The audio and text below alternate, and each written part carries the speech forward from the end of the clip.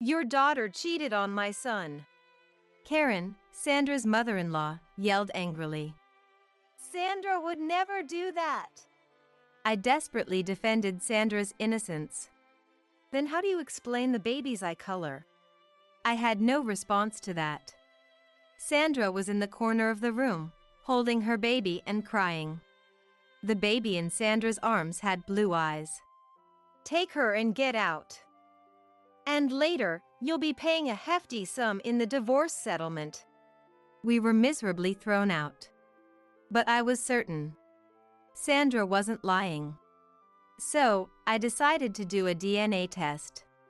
When the results came back, Karen and her family realized their mistake. And from there, their lives quickly spiraled downward. My name is Carol. Today was a special day, so I was more enthusiastic than usual. On the table were potato salad, meatloaf, and tomato soup. These were all Sandra's favorites. It looks so delicious. Thanks, Mom. Sandra's smile made me so happy. From the large TV in the room, cheerful voices played, and the warm light filled the room. The girl in the painting on the wall seemed to be smiling in celebration for Sandra. Don't hold back. Tomorrow's the big wedding day. Sandra lowered her eyes a bit at the mention of the wedding. I wish Dad could be here. My husband, David, is currently working overseas. It wasn't originally planned, but he had a connection to that country and volunteered for the assignment. However, his work there has been full of troubles, and he couldn't make it back for Sandra's wedding. It's disappointing, but I didn't blame David. He earned the money for this house and Sandra's tuition. Well, Dad is busy. I'll take lots of pictures to send him. Thanks.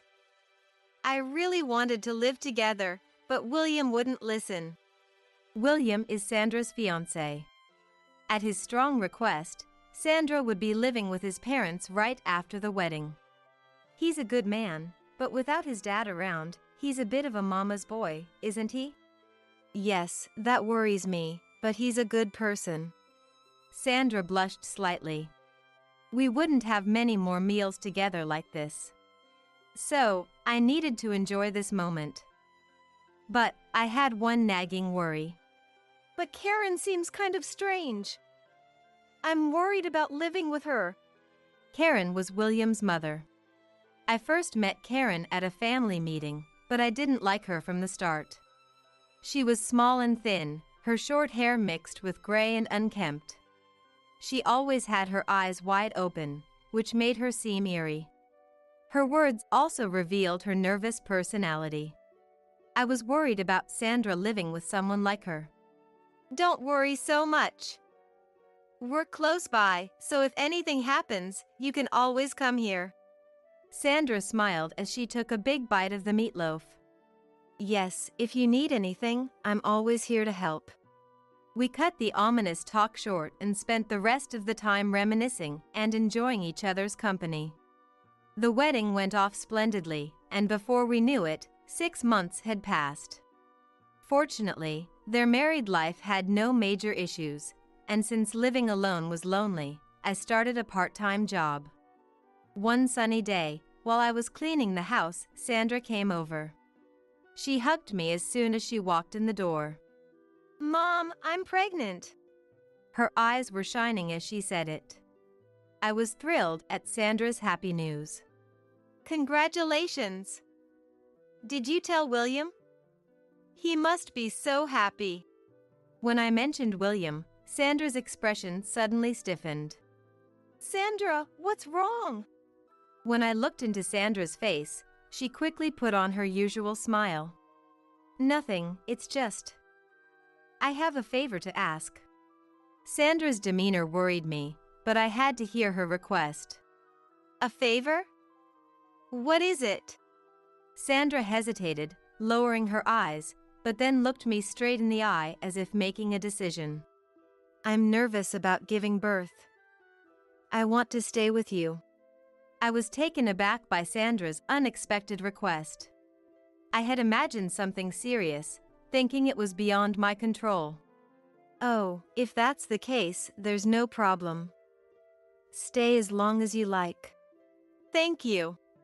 Sandra seemed relieved, exhaling deeply.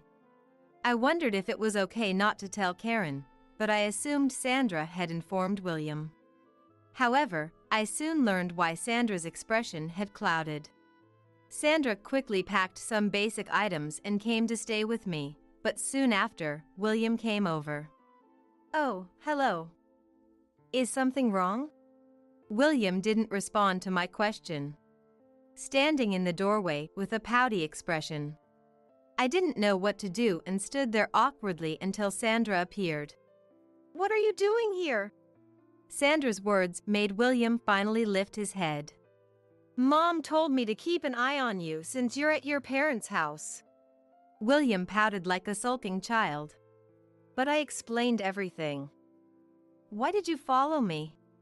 Sandra seemed exasperated by William's actions. They argued for a while, but in the end, William ended up staying at my house. He hadn't brought much, so we had to buy a new toothbrush and underwear for him. Even though he was Sandra's husband, having a man suddenly living in the house made me uncomfortable. Sandra also seemed to find William a bit annoying, but he didn't cause any particular problems. Thus, without any major incidents, we settled into a smooth routine. Sandra was admitted to the hospital for childbirth, and William went back to his in-laws' house, so the house became quiet again. I realized for the first time in months how lonely it is without Sandra's morning greeting. To distract myself from the loneliness, I put extra effort into getting ready for work. Just as I stepped out of the house, my neighbor greeted me kindly. Oh, Carol. Thank you so much the other day, you really helped me out. It's nothing. I'm always here if you need anything. Everyone in the neighborhood appreciates you. If you ever need help, just let us know. I felt my face flush with a mix of happiness and embarrassment. Thank you. I'm off to work now. Good luck. I often helped out my neighbors, so it was common to receive thanks like this. However, I felt embarrassed because I thought I was just doing what was expected. Besides, everyone was so kind and gentle that I never felt like I was at a loss. All right, time to get to work. I shifted my focus and headed to my workplace. Just before my lunch break, I received an emergency call. It was William. Sandra's contractions have started. Please come quickly. Feeling a sense of unease at his robotic tone, I left work early and rushed to the hospital. When I arrived, Karen was already there, but she ignored me and kept talking to William. It seemed neither of them planned to be present for the birth, so I decided to wait in front of the delivery room.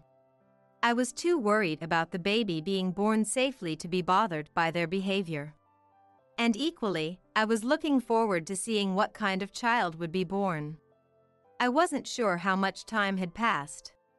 Suddenly, the sound of a baby's cry echoed from the room. I looked up to see a nurse peeking out from the door.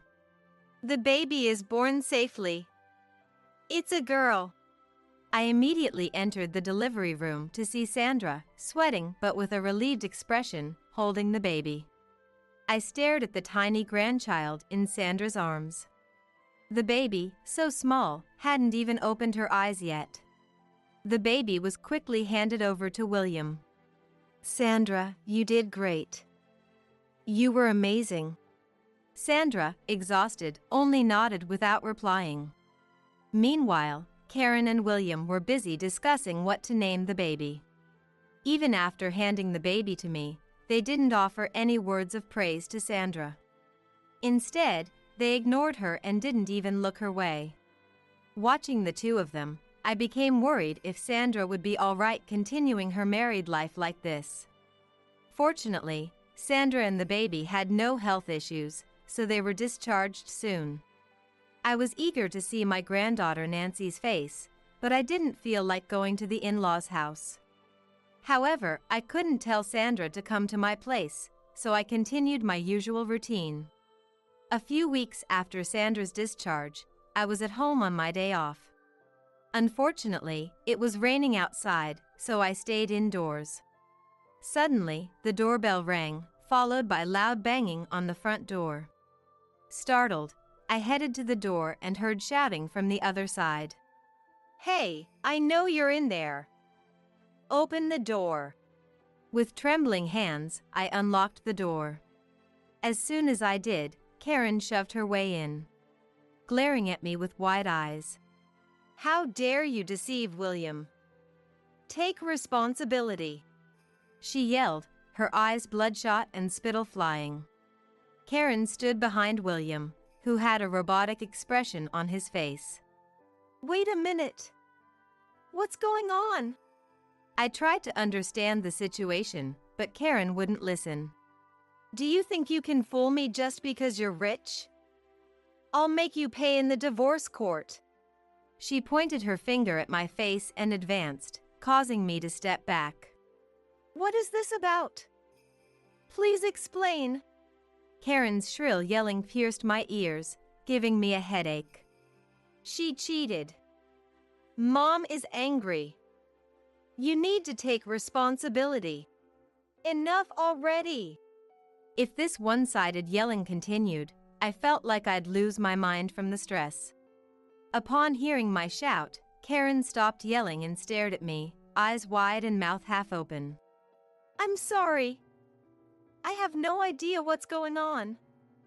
You need to explain, or I can't say anything." But Karen and William remained silent. After a brief silence, Karen, with an unchanged expression, spoke. "Fine. Then come to our house." Following Karen's suggestion, I went to the in-laws' house for the first time. It wasn't far, so we walked. I already felt like I had used more than half of my energy. Reluctantly, I followed the two, carrying an umbrella, while our neighbors looked on worriedly. The in-laws' house was in an old residential area, and the interior was outdated. The color of the wood on the ceiling and walls was dull and dirty, and the floor was old. The lighting was still old fluorescent lights, making the already gloomy weather worse. The furniture and appliances were also old, as if time had stopped 30 years ago. In a corner of the room, Sandra sat with tears in her eyes, holding Nancy tightly. "Sandra, what happened?" Karen answered instead of Sandra. "Look at the color of that child's eyes." Following Karen's command, I looked into Nancy's eyes. I was shocked and let out a scream. Nancy's eyes were blue. "Now do you understand what we mean? Sandra cheated. Those eyes are proof. Now take responsibility." Sandra, with eyes full of tears, glared at Karen. "You're wrong. I didn't cheat." "Shut up. How dare you betray my precious William?" William joined in. "It's not just me. You made Mom angry too. You'll pay for her retirement as well." I listened in silence. It was true Sandra and William both had brown eyes. But I knew Sandra better than anyone. There was no hint of deceit in her expression. I believed Sandra. "Wait. Let's calm down. There must be some explanation." "There is no explanation. Sandra cheated, and the color of the baby's eyes is proof." Karen, with bloodshot eyes, pointed at Nancy. Nancy started to cry. "Oh, I'm sorry. Don't cry, sweetheart." Sandra desperately tried to soothe Nancy, but the two didn't care. I was worried that continuing the argument here would negatively affect Sandra and Nancy. "Wait. Let's not fight in front of Nancy. Can we go to another room?" The two nodded and led us to the next room. But it was more to escape the crying than for Nancy's sake. Sandra tried to follow, but I stopped her with my hand. "You stay here and take care of Nancy. Don't worry, I'll handle this." I didn't want my beloved Sandra to suffer anymore. Mom. However, the discussion didn't progress in the other room either. I desperately explained that Sandra didn't know anyone close with blue eyes. That's not proof. People can have relationships through social media nowadays. But they countered. It seems William is more concerned with how much alimony and settlement money he can claim from us in the divorce trial than with the fact that he's been cheated on. No matter what I say, the conversation always turns to money. But there was one unforgivable thing that made me so angry I could barely think about the money. It was Karen's words. Sandra was supposed to take care of me, but now everything has gone to waste. She needs to take responsibility. Why is caregiving a given? That's just ridiculous. Does she think Sandra is some sort of housekeeper who can provide care?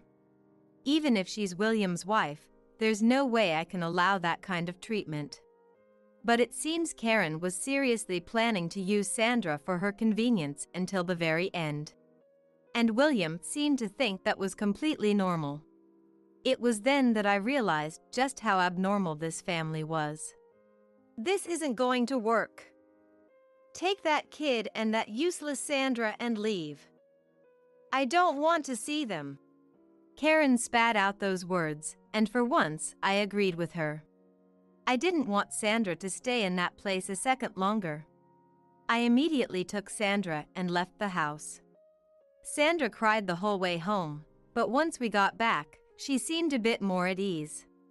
Her expression softened, and she spoke kindly to Nancy. Sandra, I believe you. But I need to ask.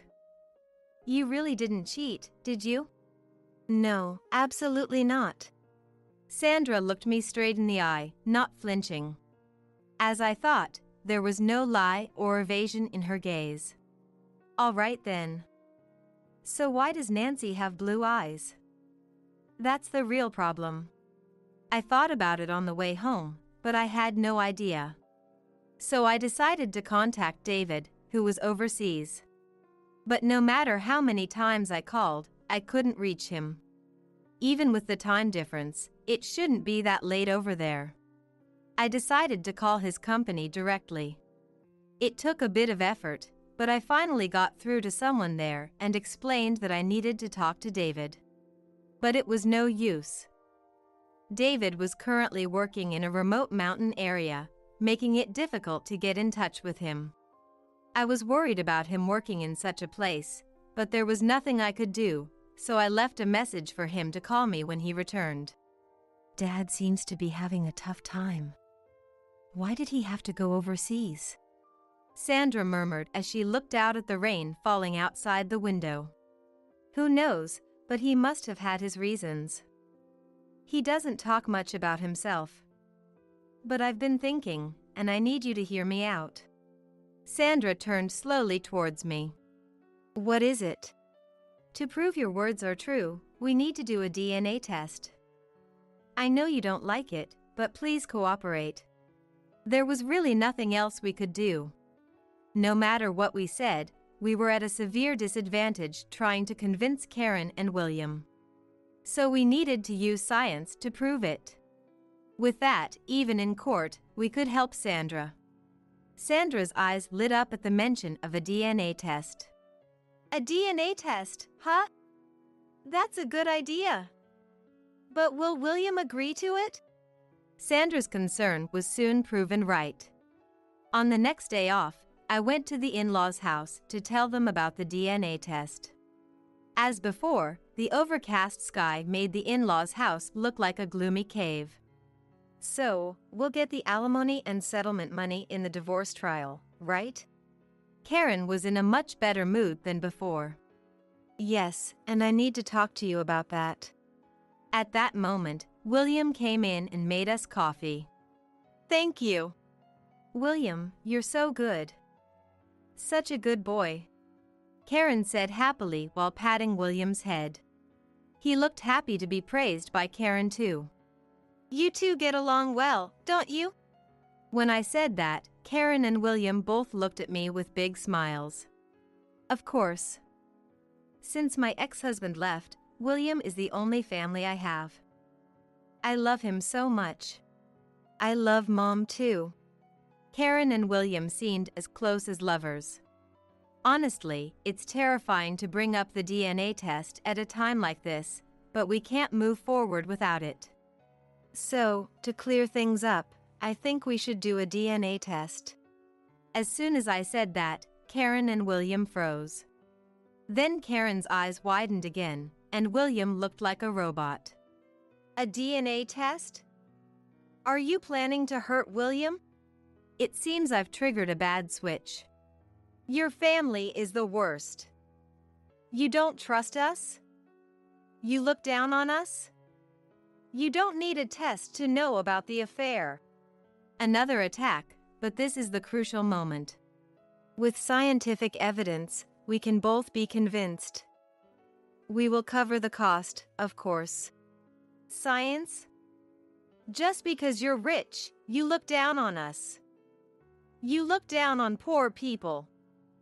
I can't take it anymore. William, punish them. At Karen's command, William stood up expressionlessly. Please, it's a simple thing. Shut up. I'll post this on social media. William, get the kitchen knife. Got it, Mom. William immediately headed to the kitchen. It's dangerous to stay here any longer. I took advantage of a moment's distraction, ran past Karen, and dashed to the front door.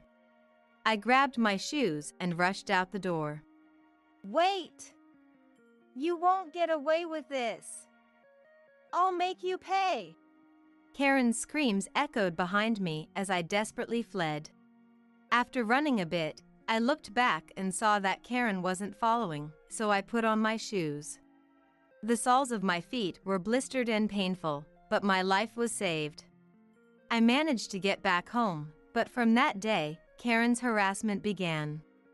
She posted papers around the neighborhood saying Sandra had an affair, and sometimes she and William would walk around shouting it.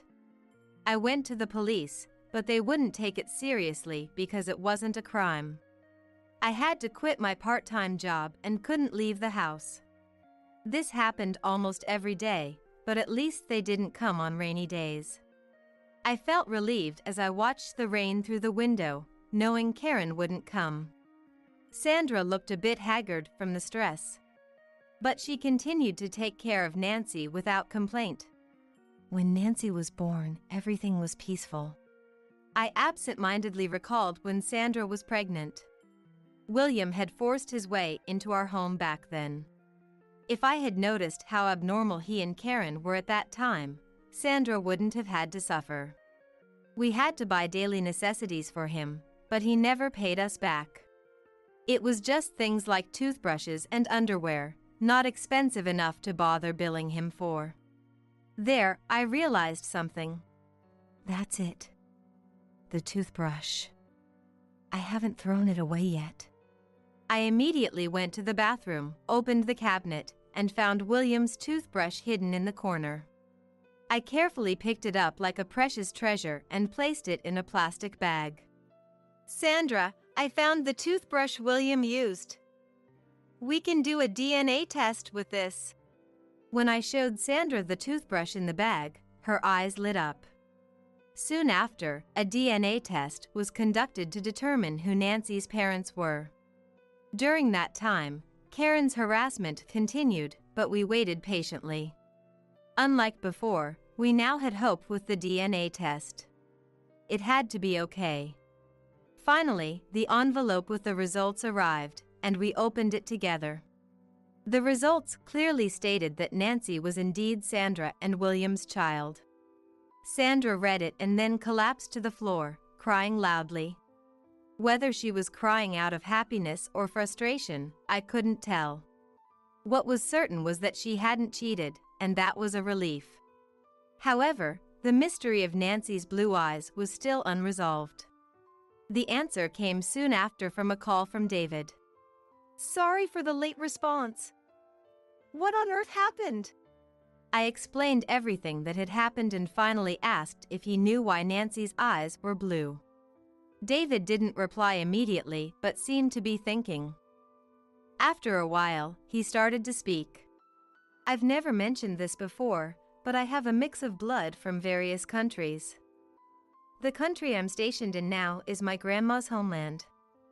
I felt a connection and requested to be stationed here. I didn't know you had such a reason. Sorry about that. This is just my theory, but Grandma had blue eyes. If that gene persisted and showed up in Sandra's child, it would explain everything. With David's explanation, all the mysteries were solved, and Sandra and I hugged each other in joy.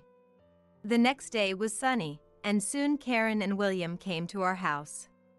Since I had the DNA test results as evidence, I invited them in.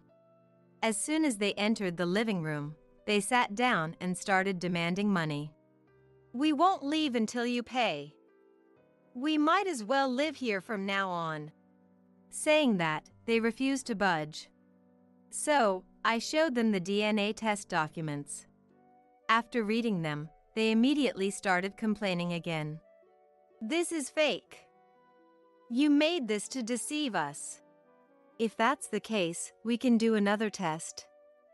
The toothbrush will be enough. But if they were the type to back down easily, we wouldn't have had so much trouble. Instead of admitting their fault, Karen got angry and crumpled up the report, throwing it at me. Don't get cocky. This fake document means nothing. Then explain why Nancy's eyes are blue. I explained to Karen exactly what David had told me. It's in the genes, so it's possible. If you're still unsatisfied, there's always genetic testing. I made sure to maintain a firm and calm demeanor. The website advised that this was the best way to handle someone like Karen. As expected, Karen and William didn't push further. They seemed to be thinking of a better strategy but couldn't come up with anything. Acting as if nothing had happened, they stood up. Fine. We'll leave for today. Saying that, Karen and William headed to the door, and I followed them out. Wait a moment. At least apologize to Sandra. You accused her so harshly. But Karen wouldn't listen and even spat at me. Shut up. What makes you think you've won? Now I'll post your misdeeds all over social media. Just you wait. Mom, I'll help too. I'll post embarrassing pictures of Sandra on social media. With those words, the two left the house. Stop right there. I couldn't let Karen and William ruin Sandra's life any further. I quickly put on my sandals and rushed outside, only to be met with an unexpected scene. About 10 of our neighbors were surrounding Karen and William, glaring at them. What do you think you're doing? This is none of your business. Karen's voice trembled, clearly intimidated by the sheer number of people. It is our business. You've caused Carol so much trouble. Did you think you could just leave without any consequences? With those words from a neighbor, everyone started raising their voices. The neighbors surrounded Karen and William, demanding, Apologize to Carol and Sandra right now. They shouted in unison. Even the usually brazen Karen was unable to fight back against the crowd of people. Whenever she tried to escape, they quickly blocked her path. For a while, Karen and William stood there, frozen in place. Eventually, they gave in and agreed to apologize to me and Sandra. We're very sorry. That's not enough. Promise that you'll stay away from us from now on. And delete those photos of Sandra, right here in front of everyone. I demanded, my tone firm and resolute. But Karen remained silent, sweat beading on her forehead. She likely realized that without those photos, she would no longer have any leverage over us. It was only after the neighbors yelled at them that Karen and William finally accepted my demands. As soon as the apology was over, they scurried away like frightened mice. I was filled with gratitude for the help of my neighbors. Everyone, I'm so sorry for causing you all this trouble. But they all looked at me with kind, understanding eyes. You have nothing to apologize for, dear. We all look out for each other in times of need. You're always there for us, Carol. And we all believed that you were doing the right thing. At those words, I felt like everything I had been through was finally worth it, and tears began to flow freely down my cheeks. I turned to see Sandra holding Nancy close, crying tears of relief as well. From then on, our days were peaceful and uneventful. On sunny days, bright light streamed into our home, filling it with warmth. In that cozy glow, Nancy would energetically crawl around, playing with her toys. Sandra and I watched over her with adoring smiles. I'm so glad everything worked out, even though it was really tough for a while there. Me too. But who would have thought Karen would end up getting exposed on social media like that? Well, she did bring a lot of attention to herself. And William got demoted and sent to some remote location, too. I had heard about their fates from the neighbors. Apparently, Karen became so famous that people started vandalizing her house, and she couldn't even go outside anymore. It must be emotionally devastating for her, especially with her beloved William being so far away now. It can't be helped. We did what we could, I said, feeling a twinge of unease as I thought about Karen and William's situation. Exactly. We went through so much. But I'm just so grateful that we have Nancy now. Sandra gazed adoringly at Nancy as she spoke. Nancy's once pale blue eyes had darkened over time, turning a rich shade of brown. Without those eyes, Sandra's life would have taken a very different, darker path. Nancy truly saved us in more ways than one. Well then, I'd better head out and do some shopping. I want to cook an extra special meal tonight, I announced, standing up and slinging my shopping bag over my shoulder. His favorite dishes were all memorized, clear as day in my mind. It has been a while since Dad's been home, hasn't it? Yep. That's why I've got to go all out. I was excited to cook for David again after so long. He must be looking forward to seeing Nancy too. Our whole family would finally be together again.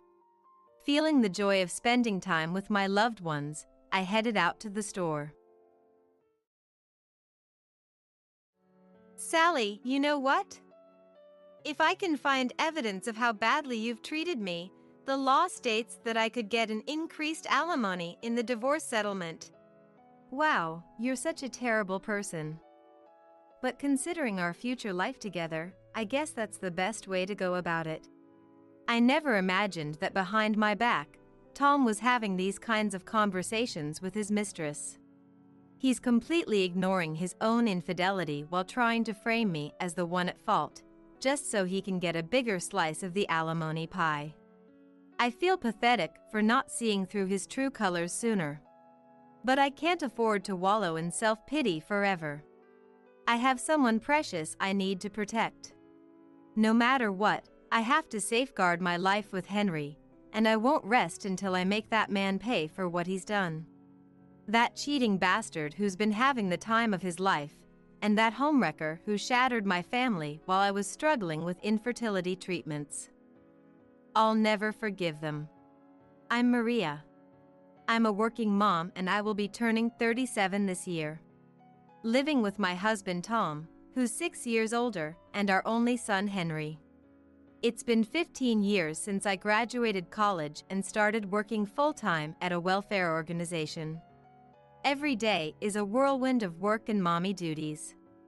The welfare group I work for exclusively uses office supplies from the manufacturer Tom works at. So Tom and I go way back. Tom is a salesman at a major stationery company, and he's got a real way with words. When I was a newbie, I was at the very bottom of the totem pole. Ordering supplies, dealing with manufacturers, all the grunt work fell on my shoulders. That's when I met Tom. Thanks for everything, as always. You know, Maria, I've always thought you have a beautiful smile. Flattery will get you nowhere, mister. What's with the sudden compliment? I'm just the type who blurts out whatever that's on my mind. I bet if I had a meal with you, it would taste dozens of times better than usual. Back then, Tom was popular with the other female employees and super handsome, so I certainly didn't mind being complimented like that. Smooth talker, huh? Well then, how about we grab a bite sometime? You like your booze, don't you, Tom? How'd you know that? That sticker on your phone, it's from that wine event, right? I went to that too. We really hit it off chatting about the wine event and started going out for drinks after that. The more dates we went on, the more naturally the topic of marriage came up. I was 25 and Tom was 31 when we tied the knot. The timing felt just right, and as someone who loves good food, I felt lucky to be marrying a guy I could geek out about the same interests with. Married life was going smoothly, but every now and then Tom would catch me off guard with some out-of-the-blue comments. One time, Tom suddenly said he wanted to buy a house. We hadn't been married long and didn't have any kids yet. It completely threw me for a loop. Wait, you want to buy a house now of all times? Yes, now. Just hear me out. This was right around the time I turned 31. And was in the thick of fertility treatments. Each day felt like being stuck in a tunnel with no end in sight. The ever-increasing expenses and stress were suffocating me. But you never even mentioned wanting our own place before. Isn't this too sudden? There were plenty of times I couldn't figure out what Tom was thinking, but this was the first time he'd ever sprung something so unexpected on me. We don't know what the future holds. There could be job transfers and whatnot. Tom works for a big stationery company, and talks of relocating for work come up every few years. When you're married and thinking about having kids, you can't help being sensitive to that stuff. Tom seemed to have been thinking about it too. I want us to build our future right here. What do you think, Maria? I know what you mean. My family's close by too, and I don't want to leave this place. I had a feeling you'd feel the same way. For all we knew, we could have a baby any day. I didn't want any big changes to our current situation. I agreed to Tom's suggestion and we started making preparations to get our own house. Thank you for understanding. It means a lot. Just then, I remembered something my father had said. It just so happens that my dad has some land he's planning to repurpose from rice fields. He's looking to sell it now, so I'll ask if he'd be willing to give it to us instead. What a stroke of luck! If that works out, it would be such a blessing. When I consulted my father about the land and building our own home, he gladly agreed to hand it over to us. We decided to accept the plot from my parents and build our dream house there. The only issue was whose name to put on the deed. Due to his student loans and other debts, Tom didn't pass the screening for a mortgage. It was an unexpected hurdle, but we were both determined to build our home no matter what. The thing is, I've got some money I've borrowed, so I can't qualify for a mortgage. Would it be okay to put it in your name, Maria? I'm working too, so I think it'll be fine. I'll apply under my name then. In the end, the mortgage went through under my name and we were able to build our house without problems. 2 years after moving into our new home, we welcomed our long-awaited baby boy. I was increasingly grateful we had our own place. But there was one thing that nagged at me. During my fertility treatments, there were times around my pregnancy and delivery when I couldn't get in touch with Tom. It wasn't uncommon for my messages to go unread for days. Is it really possible for a regular office worker like Tom to be unreachable for days at a time? But I figured there was no use in dwelling on it. With our new house to pay for, I continued working while raising Henry. Juggling a full-time job with dropping Henry off at daycare could be tough at times, but thinking of Tom and Henry gave me the strength to push through. Today is another day to pick up Henry from the daycare center. Tom always seems to be swamped with work, so the daycare drop-offs and pickups have pretty much become 100% my responsibility. Mommy, you're here! Henry, I missed you so much. The moment I pick him up is pure happiness. Sometime after Henry had gotten used to going to daycare, Tom suddenly brought up the idea of extracurricular lessons for him. Hey, what do you think about signing Henry up for gymnastics classes or something? Huh? Gymnastics? Why all of a sudden? I asked as Tom scratched his head. I mean, it's good for boys to be physically coordinated, right? It'd be sad if he got called slow or clumsy because he's not athletic. I'm not particularly athletic myself, so the thought of sending him to gymnastics never crossed my mind. But Tom had a point, being physically capable certainly can't hurt. It's important to make sure kids don't develop an aversion to sports while they're young. This gymnastics school seems to have a good reputation, Tom said as he showed me a social media video. It featured a teacher dressed like an idol, smiling and dancing as she introduced the facilities. The monthly fee is affordable and they offer sign-up gifts, so I think it's a good choice. Wow, I didn't know places like this existed these days. All right then. Henry mentioned wanting to try lessons before, so I'll take him to observe a class. Seeing other kids his age having fun probably made Henry want to join too. Since Henry was asking for it, we decided to enroll him in the gymnastics school. By the way, this gymnastics place is a bit far from home. What about transportation? Oh, I'll handle the drop-offs and pickups, don't worry. I'm the one who suggested it, after all.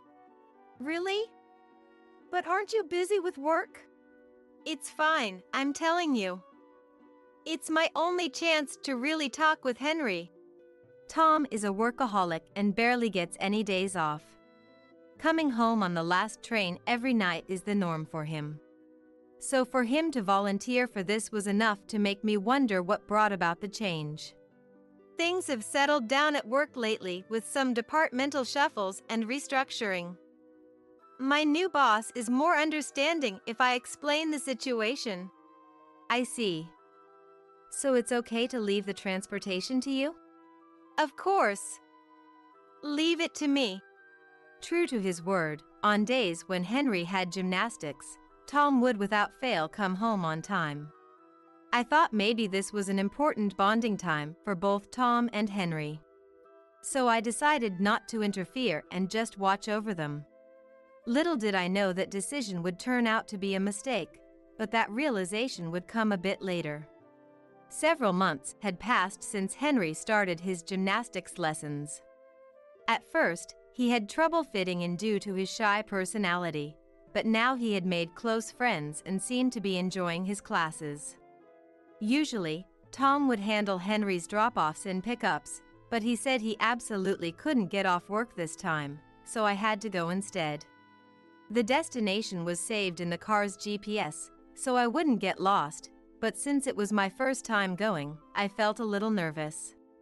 When I arrived at the gym, Henry was so engrossed in practicing his cartwheels that he didn't even notice me. He would almost nail it, but then tumble over. As I stood there transfixed by his repeated attempts, I sensed someone approaching me. Hello there. Thank you for always taking care of my son. It was the woman dressed like an idol who I had seen in the facility introduction video Tom showed me before. I hadn't met her during Henry's enrollment process, so today was our first encounter. Dad's not here today, huh? Is this your first time, Mom? I'm Sally. she said, all while intently looking me up and down. I'm not used to being stared at so intensely, so it made me oddly nervous.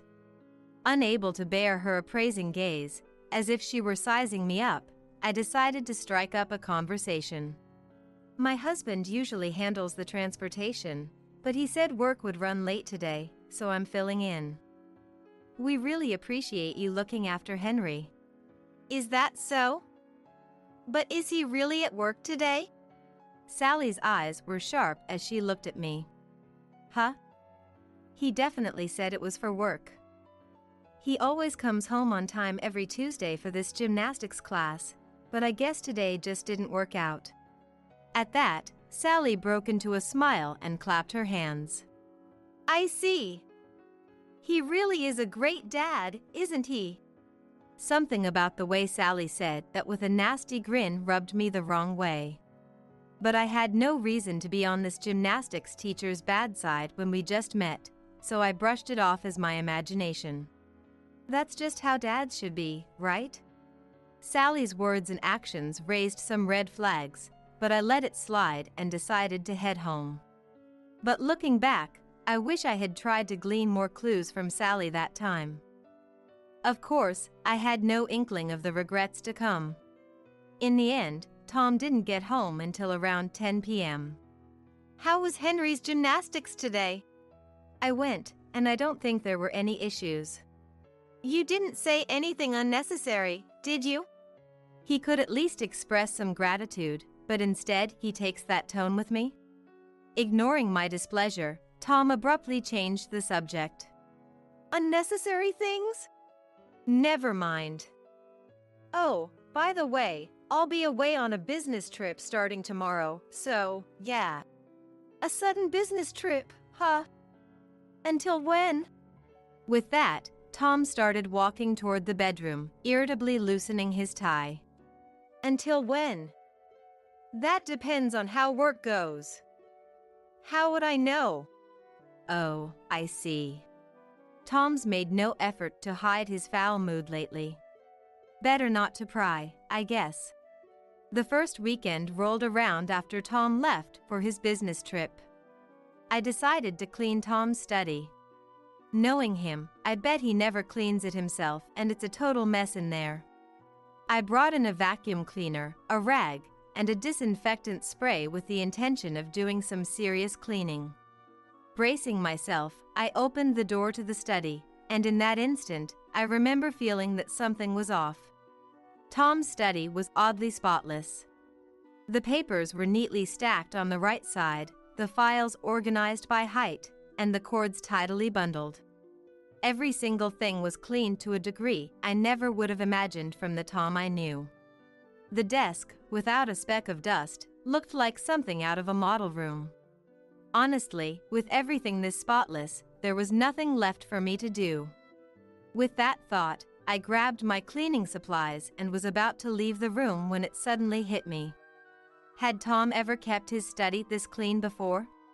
He was the type who couldn't care less how messy his space got, utterly indifferent to it all.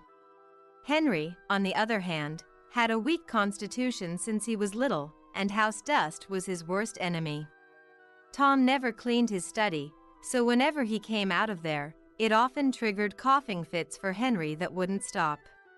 No matter how many times I warned him or pleaded with him for Henry's sake, Tom never lifted a finger to clean, not even once.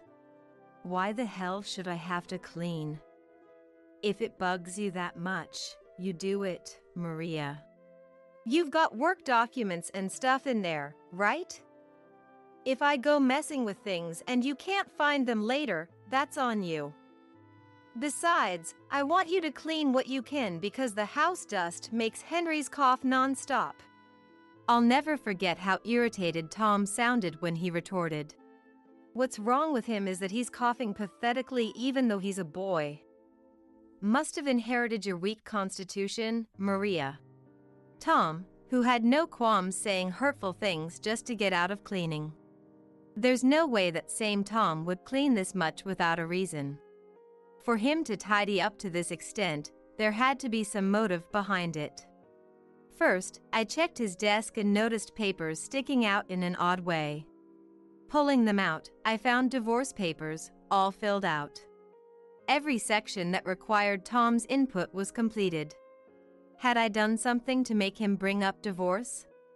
As I searched for any other potential clues, I spotted something glinting in the crack of his closet. Trepidatiously, I took a look and found an unfamiliar dolphin charm. Huh? What's this charm? There's even half a heart on it. What's the matter? It's nothing. The charm with a glittering blue dolphin and half a heart was attached to a smartphone I'd never seen before. His work phone. But didn't Tom say he was going on a business trip? Would he really forget to bring his work phone on a business trip? My curiosity piqued. I opened the folio-style smartphone case. It looked like a normal case, but the card slot seemed oddly bulky. When I felt it, there was a single photo inside. The photo, seemingly taken at an aquarium, showed Tom and Sally together. In the corner, a child could also be seen. I had a bad feeling about this. As much as I wanted it to be a lie, I couldn't stop wondering what was on that smartphone. Given that he had a photo with Sally, it definitely wasn't his work phone.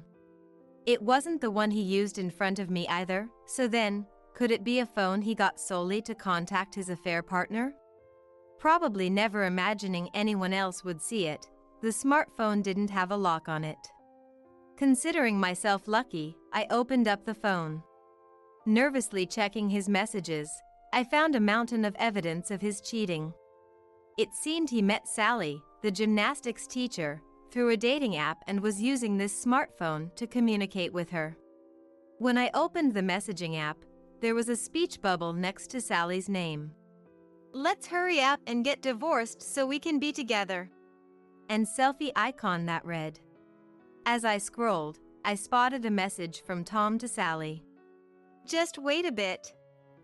If I can get proof that Maria treated me horribly, I should be able to get more alimony in the divorce. Well, aren't you awful? But I suppose that's for the best, considering our life together from here on. I want to hurry up and live together with the child I had with you, Sally. That's the kind of exchange that was left behind. His child? Wondering what on earth this meant, I read a bit further into the messages and discovered that apparently, he had a child with Sally. And at this very moment, it came to light that he was on an adultery trip with Sally, using his paid time off. The travel plans they were discussing were for that very day. Reading it made me feel sick to my stomach, but I couldn't afford to throw up here.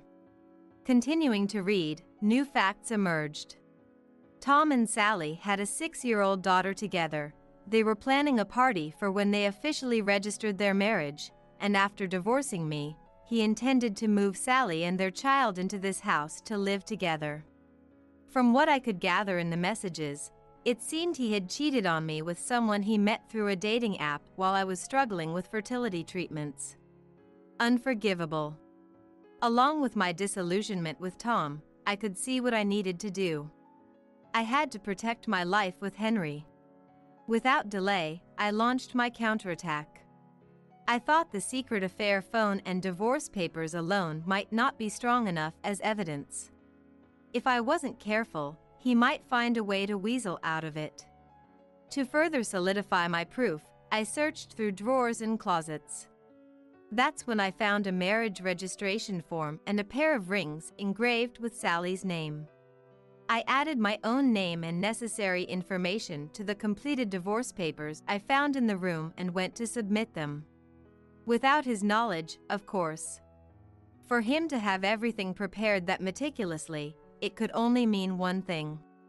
More than anything, I couldn't bear the thought of living under the same roof as someone capable of infidelity.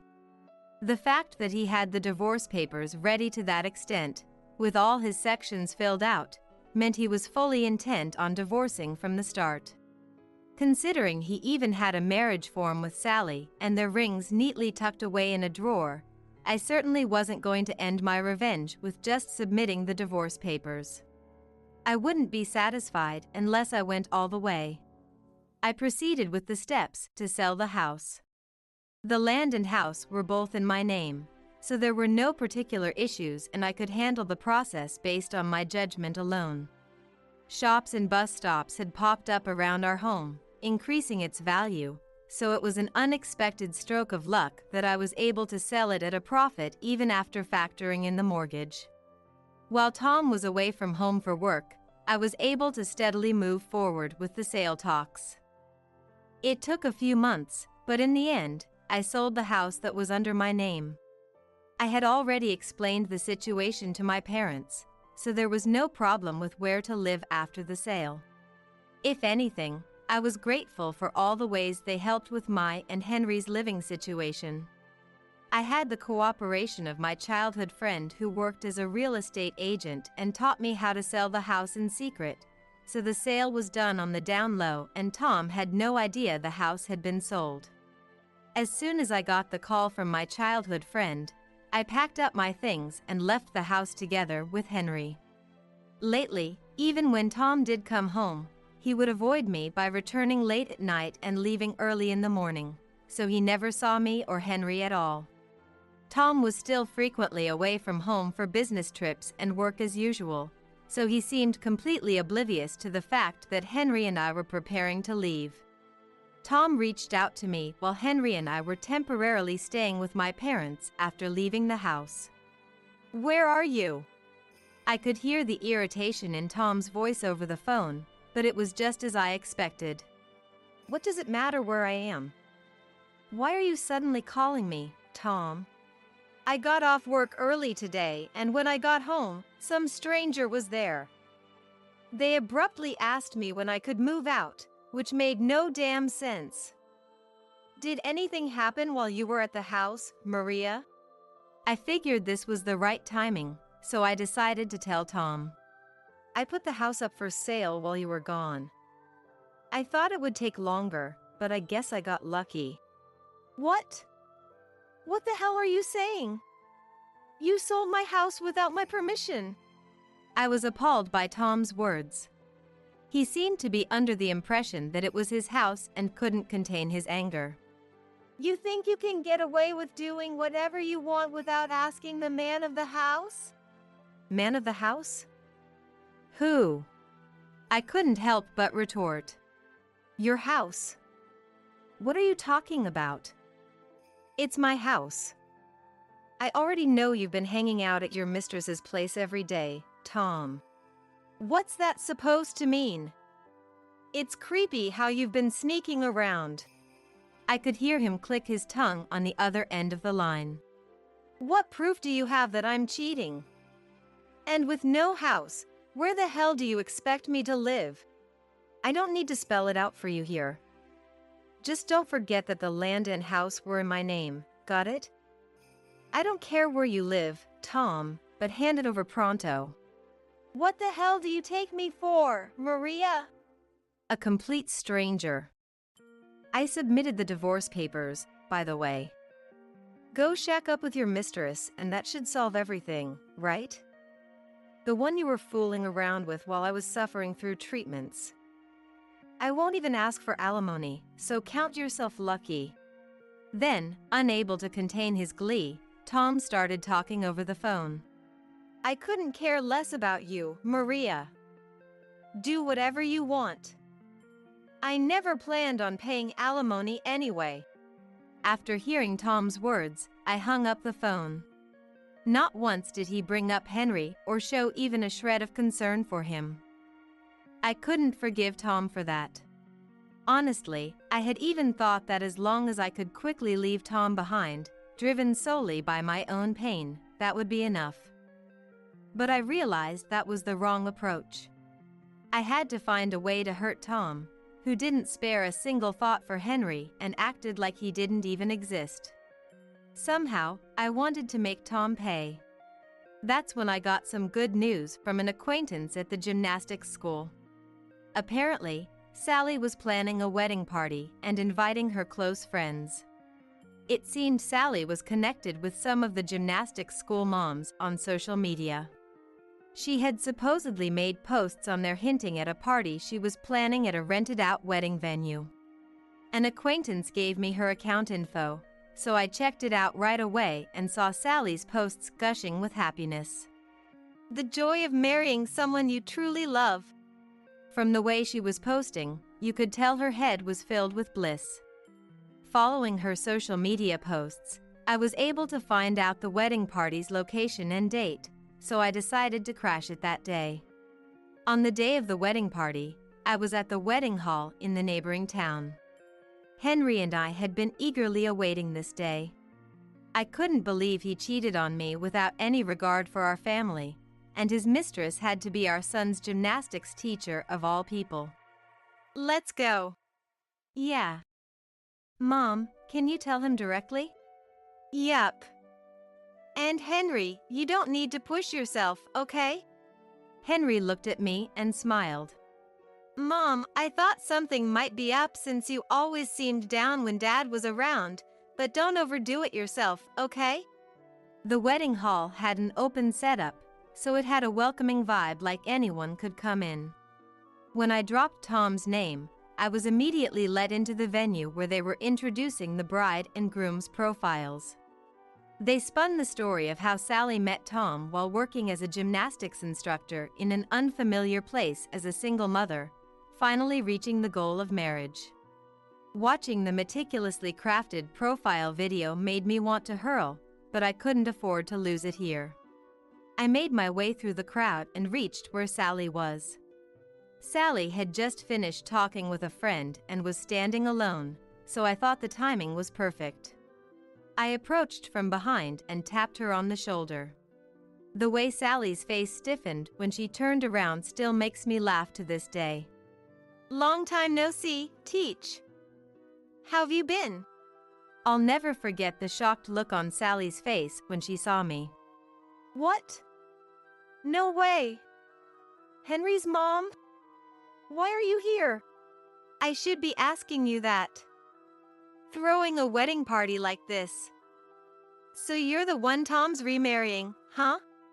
For a moment she looked uncomfortable, but quickly replied. We just had a fateful encounter while I was working at the gymnastics school. The only difference is timing, but I was his destined partner, you see. I hear you have a child, Sally. So you and Tom are getting married with kids in tow? It's just like we showed in the profile video. He loves me, child and all, so I decided to marry him. The child was the one I saw in the corner of the photo tucked in that smartphone case. Watching the kid next to Sally boredly playing games on a phone, it was easy to imagine they hadn't been raising the child properly. I borrowed the mic from the MC and shouted out right then and there. Everyone, I'm Tom's ex-wife who he just recently divorced. Sally says she's remarrying and bringing a child from her previous husband, but take a look at this. I held up a single sheet of paper. I have the results of a DNA test right here. We had it done, and well, what do you know? The connection was proven. The wedding guests started making a commotion. The group that had been boredly drinking until now and the women who were fixing their hair all turned to look at me. Which means your child is not a stepchild to my ex-husband. They were actually parent and child from the start. How does it feel to have introduced the child born from an affair to the real father? What? Why would you say something like that? The human gaze is hard to deceive, and the murmuring only grew louder and louder. I couldn't wrap my head around the nerve of showing up as the father to a child born from cheating. Just moments ago, they were brazenly spinning the tale of a fated marriage in their backstory and profiles, so it was no wonder the guests were watching with shock and curiosity. I'm amazed you were this close. To think you had more than a teacher-student's parent relationship. But I wonder what people at your work will say when they find out the truth behind this marriage. We just matched on an app, okay? Leave it alone. Beside me, Henry was recording the wedding on his phone. I took the phone from Henry and told Sally and Tom. I wonder what would happen if I sent this video to your coworkers. From the looks of it, I bet they have no idea you've been having an affair for years. I showed them the customer inquiry pages on both their company's websites. Then I operated the phone and attached the video I just recorded. If you thought you could cheat and start a new life scot-free, you're dead wrong, Sally and Tom. You're sending this to our workplaces? What good would that do? Exactly. They'll just think it's some prank video or something. No one can tear apart our destined bond. Undaunted by their words, I continued. You see, I sent this directly to your bosses at work, no, to people even higher up than that. What? What do you mean? I sent an inquiry a little while back and was told they wanted to be contacted directly. We agreed that I would send it like this. Why the hell would you do that on your own? What are we supposed to do now? My promotion was riding on this. Tom clutched his head in frustration, but that's none of my concern. I don't know what you reported to them, but I can't imagine your companies would tolerate infidelity. You better be prepared for the fallout. As I spoke, Tom and Sally glared at me in vexation, but the story doesn't end there. Right after the wedding, the two of them were apparently called in by their respective workplaces. Not only was Tom's path to promotion blocked, I heard he got transferred to a regional branch. Even if he wanted to quit, he has no special skills to speak of, and they saw right through the fact that he couldn't realistically change jobs at his age. As for Sally, she was fired and now has to live on Tom's income alone. Even with a child, he got demoted and his meager salary will make it tough to get by. Sally's social media, which used to be filled with glamorous posts, gradually became overrun with complaints. Posts that clearly showed she was mentally unwell or desperately seeking attention started to stand out, and her follower count visibly dwindled. Occasionally, there are blatant posts bad-mouthing me. I bet she hasn't doubted for a second that what she did was wrong. In a way, I'm almost envious she can live her life with such a lack of self-awareness. Now, I used the money from selling the house to buy an apartment where I'm living with Henry. Henry is about to reach the age to graduate elementary school. Our new life keeps me busy with all sorts of things, but I feel like I can overcome it all as long as I'm with Henry. Mom, where should I put this box? Oh, that one goes in the next room. Okay. What should I do with this? Henry showed me a cardboard box filled with Tom's belongings. I was considering throwing it out, but then thought it wasn't right to toss it without permission, so I was stumped about how to dispose of it. As we were sorting through our things, noon rolled around. It's already this late. I'm gonna pop over to the nearby convenience store. What do you want for lunch? I'll pick something up. The new pasta they just released. I've been wanting to try it ever since I saw the commercial. Got it. Actually, let's both take a break and go shopping together. When we walked out to the apartment entrance, I laid eyes on someone I couldn't believe. It was Tom. I had only told a select few people the address of our new apartment, but somehow Tom found out and was standing in front of the building. I nearly screamed when I saw him. Long time no see. I guess he can't shake the habit of trying to act cool. When he saw me and Henry, he raised the corner of his mouth and lifted his hand. That gesture that seemed so suave when we were dating now just looks pathetic. Huh? What are you doing here? Wow, you sound so harsh. Is it so wrong to want to see you once in a while? Once in a while? Henry, and I don't want to see your face at all. He glared at me and then immediately turned to face Henry. About time you started wanting to see your old man again, huh? I know, let's hit up a family restaurant. Order whatever you want, it's on me. Henry brushed off his hand and looked at Tom with an expression like he was staring at something filthy. Don't joke around. Why the hell would I go to a restaurant with you? You? What's with that attitude? You go and cheat without a care, wreck our lives, and now it's all I'm so happy these days. Maybe I should grace my kid with my presence once in a while. Spare us the bad comedy routine. Tom tried to grab us in a fit of anger, but Henry dodged him. In the blink of an eye, Henry had Tom locked in a grapple. What? What's going on? Henry has been practicing Brazilian Jiu-Jitsu since he started elementary school. He's now one of the top-ranked practitioners in the States, so his skills are the real deal. Tom, caught in Henry's self-defense technique, has a look on his face like he can't comprehend what's happening. The way he effortlessly applies the hold with such fluid movements is enough to make even me, his mother, stare in awe. I'm glad I kept up my training all this time, thinking I'd protect Mom from getting hurt. Let go of me! You think it's okay to use violence against your father? I don't think of you as a father. Going there with you will ruin the restaurant. Still not getting it? I guess being told off like that by his own son was a real shock, because he turned and left. I was surprised to see how strong Henry had become, and it filled me with joy. After that, Tom stopped showing his face around us. Honestly, I didn't want to see him anyway, so good riddance. Despite everything that happened, I think Henry grew up to be a strong yet kind young man. As a parent, I couldn't be happier. Maybe it got through to him that I never wanted him to take after Tom, his father, but Henry really is a sweetheart. It makes me shudder to think what would have happened if I had ignored that divorce filing and kept living as I was. I'm still working at the same job as before, but I feel like this was the right choice. Now, I've renewed my resolve to live for my own and Henry's happiness.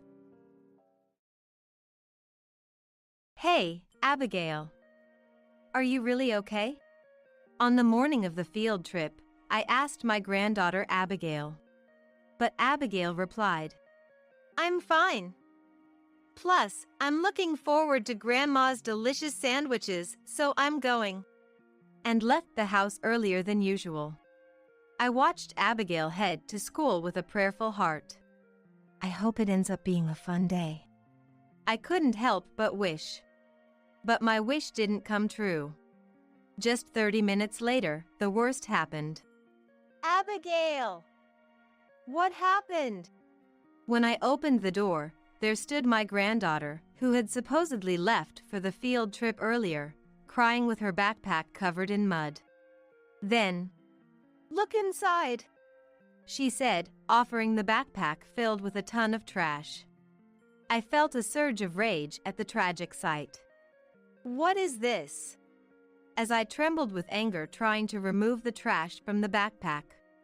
Is something wrong? My son Richard, who was working remotely, appeared behind me. Richard, this, I said, trying to suppress my anger and disappointment, presenting Abigail's backpack to him. Richard then picked up the trash from the backpack and, "Is this?" murmured with a smile towards Abigail. The next moment, "That's great," he said.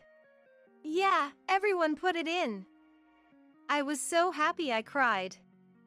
Now, I'll be late for the field trip if I don't go, Abigail said laughing and went back to school. Left out of the loop, I stood dumbfounded watching Abigail energetically run off. My name is Isabella, a 55-year-old housewife. My husband Kevin and I have been living with our son Richard and granddaughter Abigail for the past 5 months. The reason for our living together was that Richard's wife, Madison, passed away due to illness. Madison had terminal cervical cancer. She always had severe menstrual pains and would often rely on over-the-counter painkillers when feeling unwell. Additionally, she had irregular periods and occasional abnormal bleeding from a young age, which made her insensitive to bodily changes. As a result, by the time she realized something was wrong, it was already too late. When the hospital called to say she needed to be admitted for treatment immediately, I was in shock. Richard told me over the phone that Madison had cervical cancer, his voice filled with despair and powerlessness. The shock of the cancer diagnosis was one thing, but in Madison's case, the cancer had already begun to spread to other areas, making surgery impossible.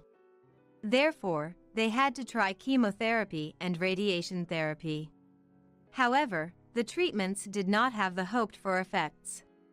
Richard's voice became increasingly dark and weak with each phone call. All I could do was listen to my son's stories. And respond. Then, a year ago, Madison quietly passed away in her hospital bed. It happened just 8 months after the cancer was discovered. If only I had pushed harder for her to go to the gynecologist. After Madison's death, Richard blamed himself for his indifference to her health and fell into a deep depression. In addition to caring for Abigail, who was in the 1st grade, and managing unfamiliar household tasks, he was overwhelmed both physically and emotionally. Abigail, too, seemed confused by the sudden loss of her mom, occasionally crying at night and refusing to go to school. My husband and I wanted to encourage and support them, so we suggested living together. Initially, Richard was hesitant, but he said, "Having someone always at home might make Abigail feel safer," becoming more open to the idea. However, Richard had one major concern about living together. It was that Abigail would have to transfer schools as we moved in together. Richard worried that transferring schools, especially while grieving Madison's death, would be too much of a psychological burden for Abigail. But facing the reality of juggling work, household duties, and childcare, he felt he was reaching his limit. After much deliberation, Richard couldn't come to a decision. So, he decided to ask Abigail herself how she felt about it. "Hey, Abigail. Grandma and Grandpa said they'd like us to live with them at their house. What do you think?" Live at Grandma and Grandpa's house? I want to go. Is that so? It means you'll have to change schools. Is that okay? What does change schools mean? It means just like moving houses, you'll move to a new school. So, you won't see your current school friends anymore. Is that okay? I see. Does Dad want to move? Dad is fine with whatever. What you want is most important. Then I want to move. That means Grandma will always be with me, right? Yes, both Grandma and Grandpa will be with you always. So, let's start preparing for the move, okay? Abigail nodded strongly in agreement to Richard's final confirmation. Thus, my son's family came to live with us. Later on, I learned that Abigail decided to move for Richard's sake. Dad looks so busy with work every day, and he seems really busy with things like my homework and meals. So, I thought it would be easier for Dad if Grandma and Grandpa were with us. When Madison was in critical condition, I had stayed at Richard's house and took over all the household duties. It seems Abigail thought that living with us would reduce Richard's burden based on that experience. Both my husband and I were deeply touched by Abigail's kindness. And so, in place of busy Richard, we gave all our love and time to Abigail.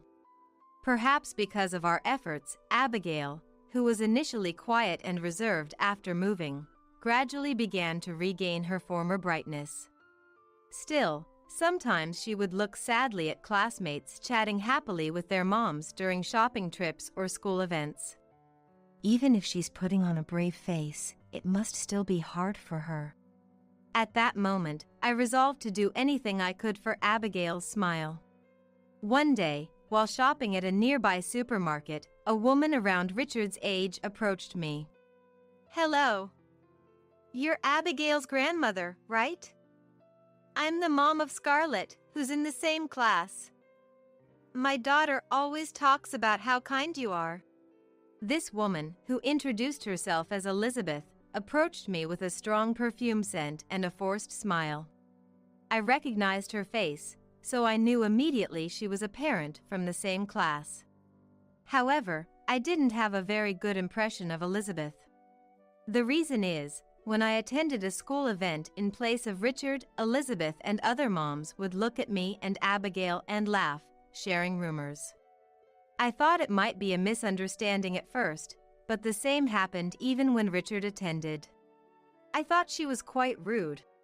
But since we were just classmates' parents and didn't interact much, I decided not to worry about it.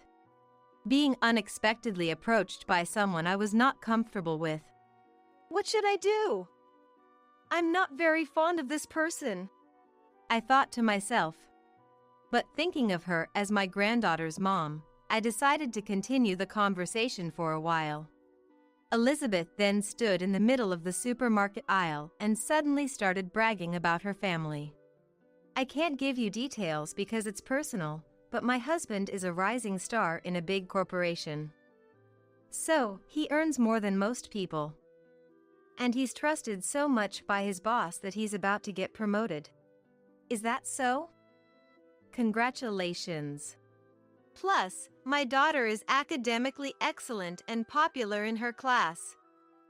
She was even scouted to be a kids model. That's impressive. I should be going soon. Thinking it wasn't a conversation worth blocking the supermarket aisle for, I attempted to leave. Then Elizabeth, just listen till the end, I'm not finished, raised her voice suddenly. Taken aback by her abrupt change, I involuntarily stopped. This is why I hate dealing with old people. Anyway, what I'm saying is, your granddaughter is a bad influence, so I'd appreciate it if she didn't associate with my daughter anymore. Eh? What do you mean? Abigail's mom died from an illness, right? It's really sad for Abigail, left behind. She still looks sad sometimes. It's like she's spreading unhappiness? Like a walking misfortune? What are you trying to say? Basically, Abigail's presence is bothersome. What are you talking about? It's a critical time for us. My husband is up for a promotion. So, I've told my daughter not to hang out with Abigail, to avoid catching her bad luck. But Abigail keeps following her around, and it's causing us trouble. Please tell her off firmly. Elizabeth said that and disappeared into the crowd at the supermarket with a snide smile. I was left standing there, stunned by the cruel content of the conversation and the unexpected event, unable to retort. That evening, when my husband Kevin came home, I told him about what happened at the supermarket. So, that happened. Maybe Abigail is having a hard time at school? What should we do? Call the teacher? Oh, should we consult with Richard first?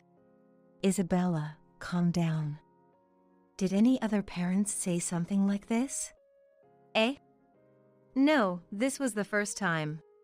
Then let's just talk to Richard and observe a bit more. We don't want to make a fuss and make Abigail feel worse, right? But to be told such things? She must be suffering at school. At least, let's ask about how things are at school. Okay? All right, calm down. I'll bring it up during dinner tonight and see how things go from there. Is that okay? Yes, please.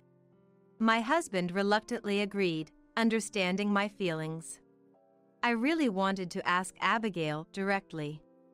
But upon reflection, I might press her too much out of concern if I were to ask. Thinking this, my husband seemed more suited to calmly handle the conversation this time. That night, dinner was just the three of us, as Richard came home late from work. Abigail helped with dinner as usual and enjoyed my cooking, saying it was delicious. From her behavior, It was hard to believe she was having a hard time at school. Maybe she's hiding it so we won't notice. For the first time today, I doubted Abigail's actions. And as the meal was coming to an end, I signaled my husband.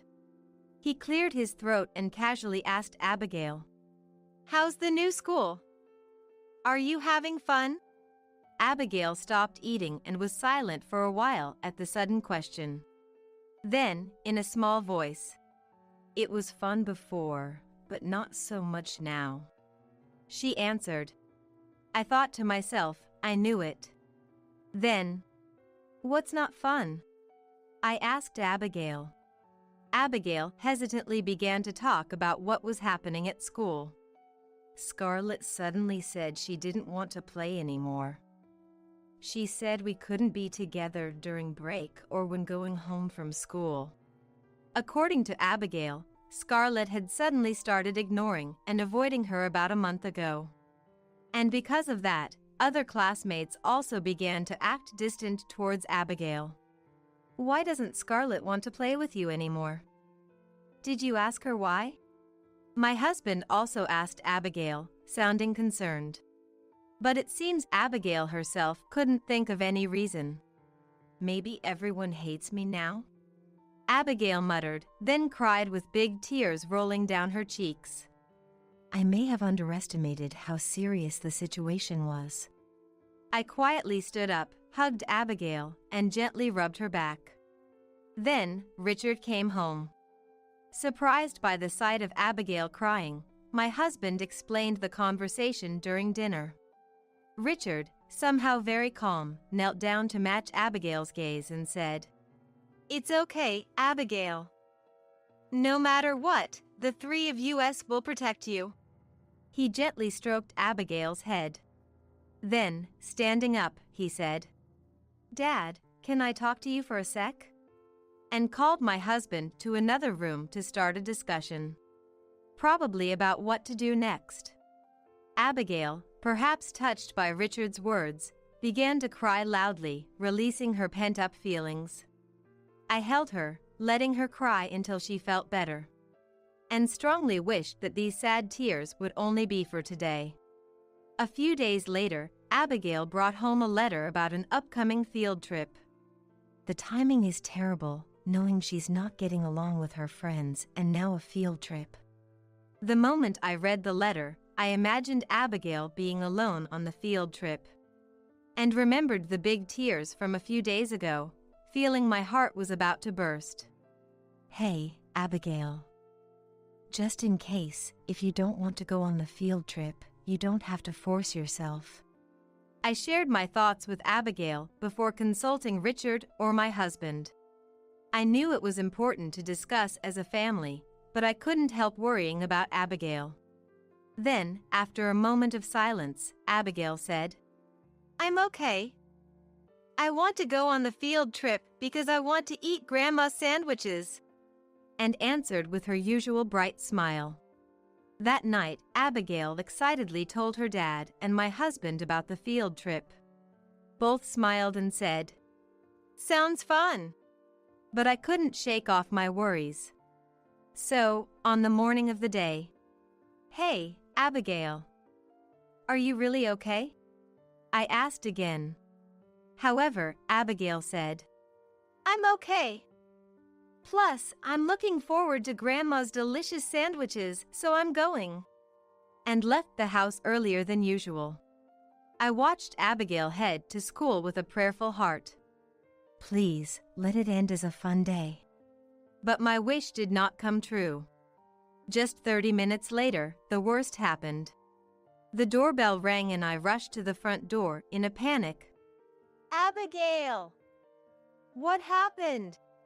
There stood my granddaughter, who had supposedly left for the field trip earlier, crying with her backpack covered in mud. Then, "Look inside," she said, offering the backpack filled with a ton of trash. The leisure sheet we folded neatly together the night before, the field trip guidebook we colored cutely, and the sandwiches I made that morning were all buried under the trash and not visible. I felt a surge of intense anger at the tragic sight. What is this? As I trembled with anger trying to remove the trash from the backpack. Is something wrong? My son Richard, who was working remotely, appeared behind me. Despite everything, Richard was worried about Abigail too. Unusually for him, he had said, "I'll work remotely today," and stayed in the living room from the morning to keep an eye on Abigail. And after Abigail left, he seemed restless and couldn't concentrate on his work. Richard must have been hoping that Abigail would enjoy the field trip and return home happily. But instead, this happened. Richard, this. I said, trying to suppress my anger and despair while presenting Abigail's backpack to him. Then Richard picked up the trash from the backpack and, "Is this?" murmured with a smile towards Abigail. The next moment, "That's great," he said. I was confused by Richard's incomprehensible behavior, almost raising my voice in confusion. However, Abigail, just like Richard, laughed and said, "Yeah, everyone put it in." I was so happy I cried. "Now, I'll be late for the field trip if I don't go," and went back to school. Left out of the loop, I stood dumbfounded watching Abigail energetically run off. Richard then told me, "We've taken care of it, it's going to be okay now," and smiled gently before going upstairs. My head was still full of unanswered questions. But I didn't want to disturb Richard while he was working, so I silently started to clean up the dishes in the living room. I don't really understand, but I'm just glad Abigail could smile. At that moment, I was happier to see Abigail's smile than to resolve my own questions. Since Richard said, "It's going to be okay," I thought I could talk to him later at leisure. I felt a sense of relief for the first time in days and felt lighter. After finishing the chores, I unusually dozed off on the living room sofa. When I woke up, it was an hour before Abigail's return. "Oh no! I slept so much. I have to do the laundry, prepare the bath, and make dinner." I hurried to finish the chores and was preparing dinner when, as expected, Abigail returned home. As usual, the doorbell rang, and I responded with, "Coming." But the scene displayed on the screen made me tense up again. There was a man with a regretful face, a girl who looked like she might start crying any moment, and Elizabeth with a very unhappy face. In a panic, I called for Richard upstairs. Surprised but calm, Richard first opened the door and warmly welcomed Abigail. "Welcome back." With a smile. Abigail returned the smile just like in the morning. "I'm home," she answered and jumped into Richard's arms. Watching Richard and the others.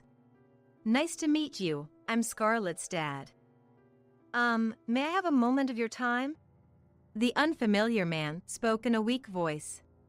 Richard quietly responded, "Please, come in," and welcomed the three of them to the entrance. Indeed, this man was Scarlett's dad, and the girl was Abigail's classmate, Scarlett. Upon entering, Scarlett's dad immediately started to apologize deeply. "I'm truly sorry for my wife's disgraceful actions that deeply hurt your daughter." Next to him, "I'm sorry, Abigail."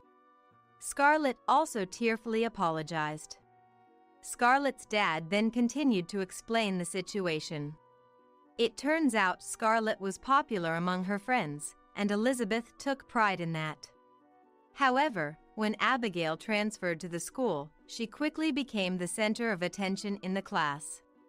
Scarlett didn't mind this and would often talk about Abigail to Elizabeth. Elizabeth then said, "Just because she's a transfer student, she's getting too much attention.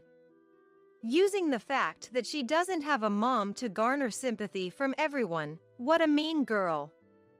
Scarlett is the star of the class. I'll make sure she realizes that."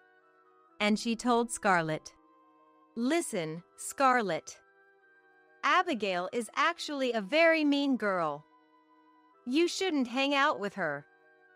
Make sure to tell this to your classmates too and suggest that everyone stops playing with Abigail. Got it? You can do it, right? I really wanted to keep playing with Abigail. But if I broke the promise, Mom would punish me.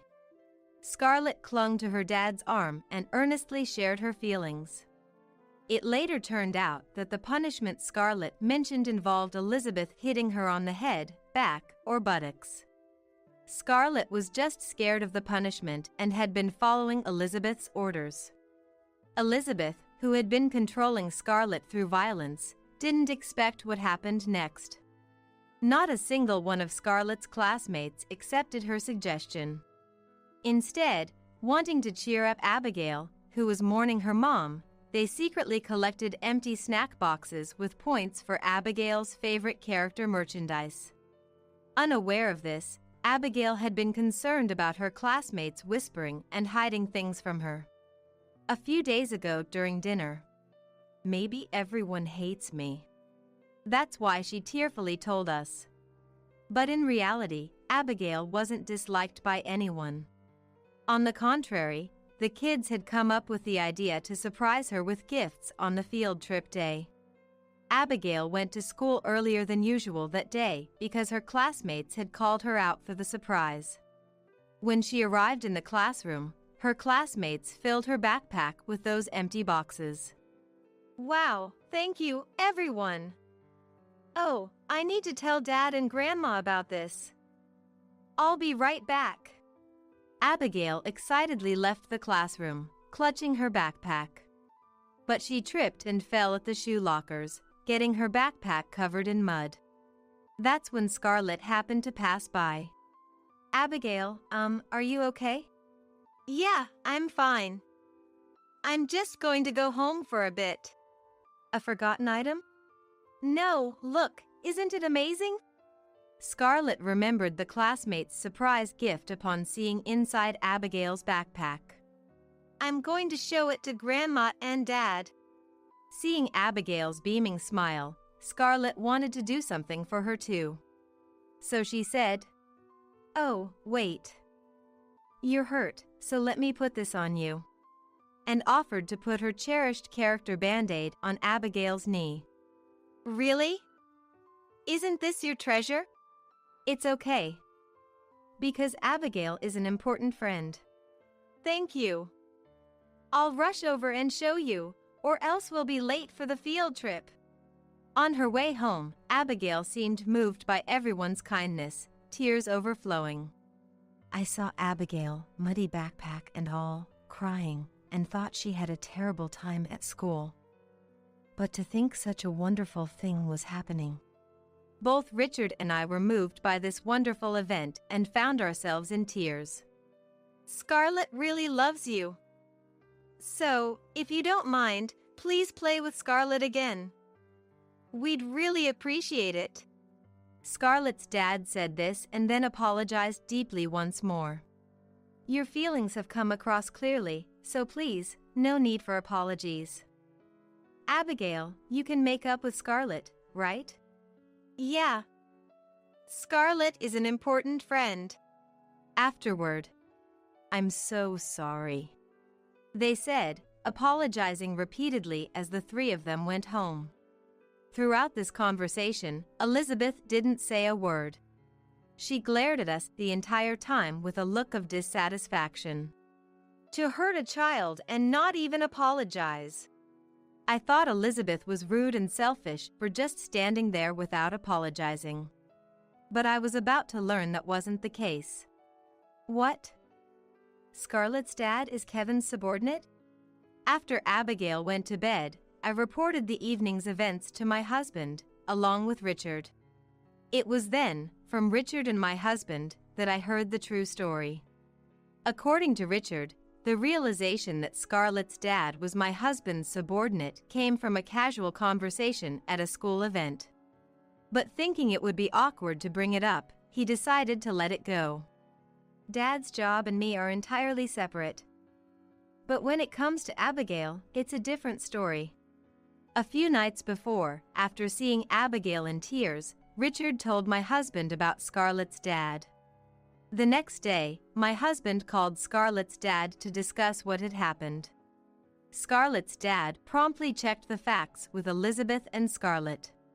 And upon finding out my husband's story was true, he rushed to finish his work and came to our house to apologize. So that's why Elizabeth was glaring. But it turns out she's decent after all. He's very serious and trustworthy, both in his work and character. Maybe even too serious. We'll have to support him, as it might get tough from here on. Just as my husband had secretly predicted, Elizabeth and her husband ended up divorcing soon after. However, since Elizabeth was a housewife, If you want a divorce, you'll need to ensure my lifestyle. And I'll never give up Scarlett's custody. I need $5,000 a month for living and child support. If you can't pay, no divorce. she demanded unreasonable conditions. Scarlett's dad consulted a lawyer and began gathering evidence to make the divorce favorable for him. It then came to light that Elizabeth had been cheating with a man she met on a dating app. Elizabeth was obsessed with her affair partner, but suddenly, she could no longer contact him. After being blocked from messaging and calls, Elizabeth was always irritated. And that irritation gradually turned into excessive expectations for Scarlett. You have to be the best at lessons and school. If you fail, there will be consequences. Scarlett worked hard and diligently met Elizabeth's expectations. Yet, Elizabeth continued to punish her for unreasonable reasons regularly. This was officially recognized, and Scarlett's custody was granted to her dad. He even demanded compensation for the affair, and Elizabeth, now working part-time, is struggling to pay it. After this event, a pleasant change occurred in our home. Abigail, who previously only had my husband and me to play with after school, now had a playmate. And that was Scarlett. To be honest, I didn't have a very good image of Scarlett. But after the divorce was finalized and she was freed from Mom's control, Scarlett turned out to be a very kind and considerate child. Above all, Abigail's joyful smile when playing with Scarlett said everything. Since then, Abigail and Scarlett have been playing together almost every day. I am now very happy to see Abigail's smile every day, something I've always wished for. And I plan to continue pouring unwavering love into Abigail, hoping this happiness lasts forever. You're the reason Mom took her own life. I want a divorce right now. I was dumbfounded when I suddenly received an angry call from my husband while having lunch outside. Actually, I'm having lunch with your mother right now. What? My husband said so and immediately hung up. Puzzled about why he said such a thing, I tilted my head in confusion along with my mother-in-law. However, after learning his motives, I decided to stand up and thoroughly confront him.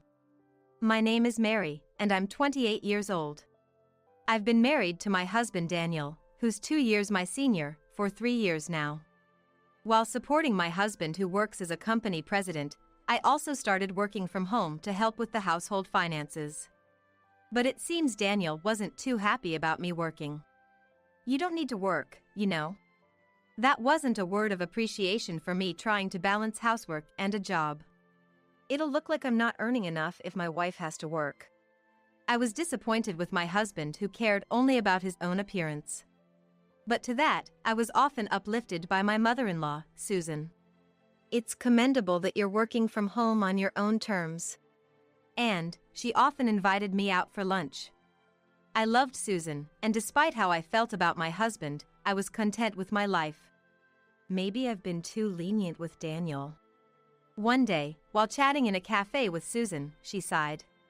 I spoiled him as an only child, but lately, he's been asking for money frequently. He says it's for the company, but it seems suspicious. I had no idea. Daniel never mentioned anything like that to me. But knowing my husband who likes to show off, Even if the company was in trouble, he probably wouldn't tell me until it was too late. I sometimes regret how I raised my child. I worry if I've been a burden to you, Mary, and it keeps me up at night. Susan, you've done nothing wrong. No matter how hard you try in parenting, it ultimately depends on the child. I might not be convincing since I don't have any kids, but... No, Mary, I feel so relieved that you're trying to cheer me up. Thank you, as always. Seeing Susan's gentle smile, I strongly felt that no matter what happens, I'll always stand by her side. Perhaps disliking my connection with Susan, my husband gradually started to harass me more. What's with today's lunch? Strawberry jam on a sandwich? What? Isn't it your favorite? I only accept blueberry jam. Strawberry is too common and poor-looking for my taste. Daniel came home, yelling, and threw the lunchbox into the trash can. How could you? That lunchbox is getting old too. Buy a new one, will you? As he stomped into his room, a sweet perfume scent wafted from him. Daniel, you've been wearing that scent a lot lately. However, when I cleaned his room, there was no perfume bottle, and I suspected it might be a woman's fragrance. And then, without any notice, he started coming home late more frequently. Hey, I put extra effort into dinner today and waited for you. Didn't you get my message? Yeah, I know. But no matter how hard you try, your cooking can't beat a one-star hotel's. What? Did you eat out on purpose? Daniel, you've been acting strange lately. What? Shut up. Move, you're in the way. He shouted, pushing me aside and walking to the bathroom. That's when I caught that perfume scent again. I don't want to think about it, but it's clearly a sign of cheating. I was restless, and soon Daniel even started bad-mouthing Susan. That old lady, she should just give me the money without lecturing. Acting all high and mighty. Look who's talking. How can you ask Susan for money? That's none of your business. He seemed irritated and kicked the trash can to intimidate me. And usually, wives and mother-in-laws don't get along. It's not supposed to be that way. But Susan is such a good person. I have no reason to dislike her. My husband clicked his tongue in annoyance at my response. Then, Daniel started badgering me about Susan. Mom was complaining about you again. Says she hates going out with you because you're an inconsiderate daughter-in-law. No way! Susan would never say that. Considering my relationship with Susan so far, I couldn't believe Daniel's words. You really are naive. Why would she reveal her true feelings to a daughter-in-law like you? She's just been tolerating you. Watching my husband's exasperated expression, I began to worry if it might be true. Moreover, he told me Susan didn't want to see me and asked me not to contact her. I intended to trust Susan, but I thought it best to lay low for a while. Oh, right. Mom asked me to give you something. What is it? But when I looked inside the box Daniel handed me, it was rotten and emitted a terrible smell. I grimaced. The expiration date on the back was a month old. They were perishables. Wow, this is bad. Mom really hates you, doesn't she? My husband looked maliciously pleased. During this time, the perfume scent only grew stronger, and I endured a hellish 3 months. One day, unable to bear it anymore, I decided to call Susan. Tomorrow, I'll finish work by noon. Would you like to meet up? I'd like to have lunch and talk a bit. Yes, that's fine, but are you sure you want to see me? What do you mean? I only understood the meaning behind Susan's words when we met the next day in a private room at a restaurant. It turns out my husband had also lied to Susan, telling her I'd been speaking ill of her. Of course, the story about Susan complaining about me was also a lie by my husband. I thought so too.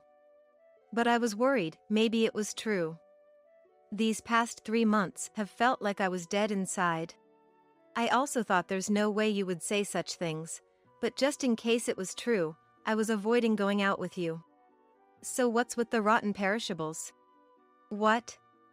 What are you talking about? Seeing Susan tilt her head in confusion, I realized that was also a lie by Daniel.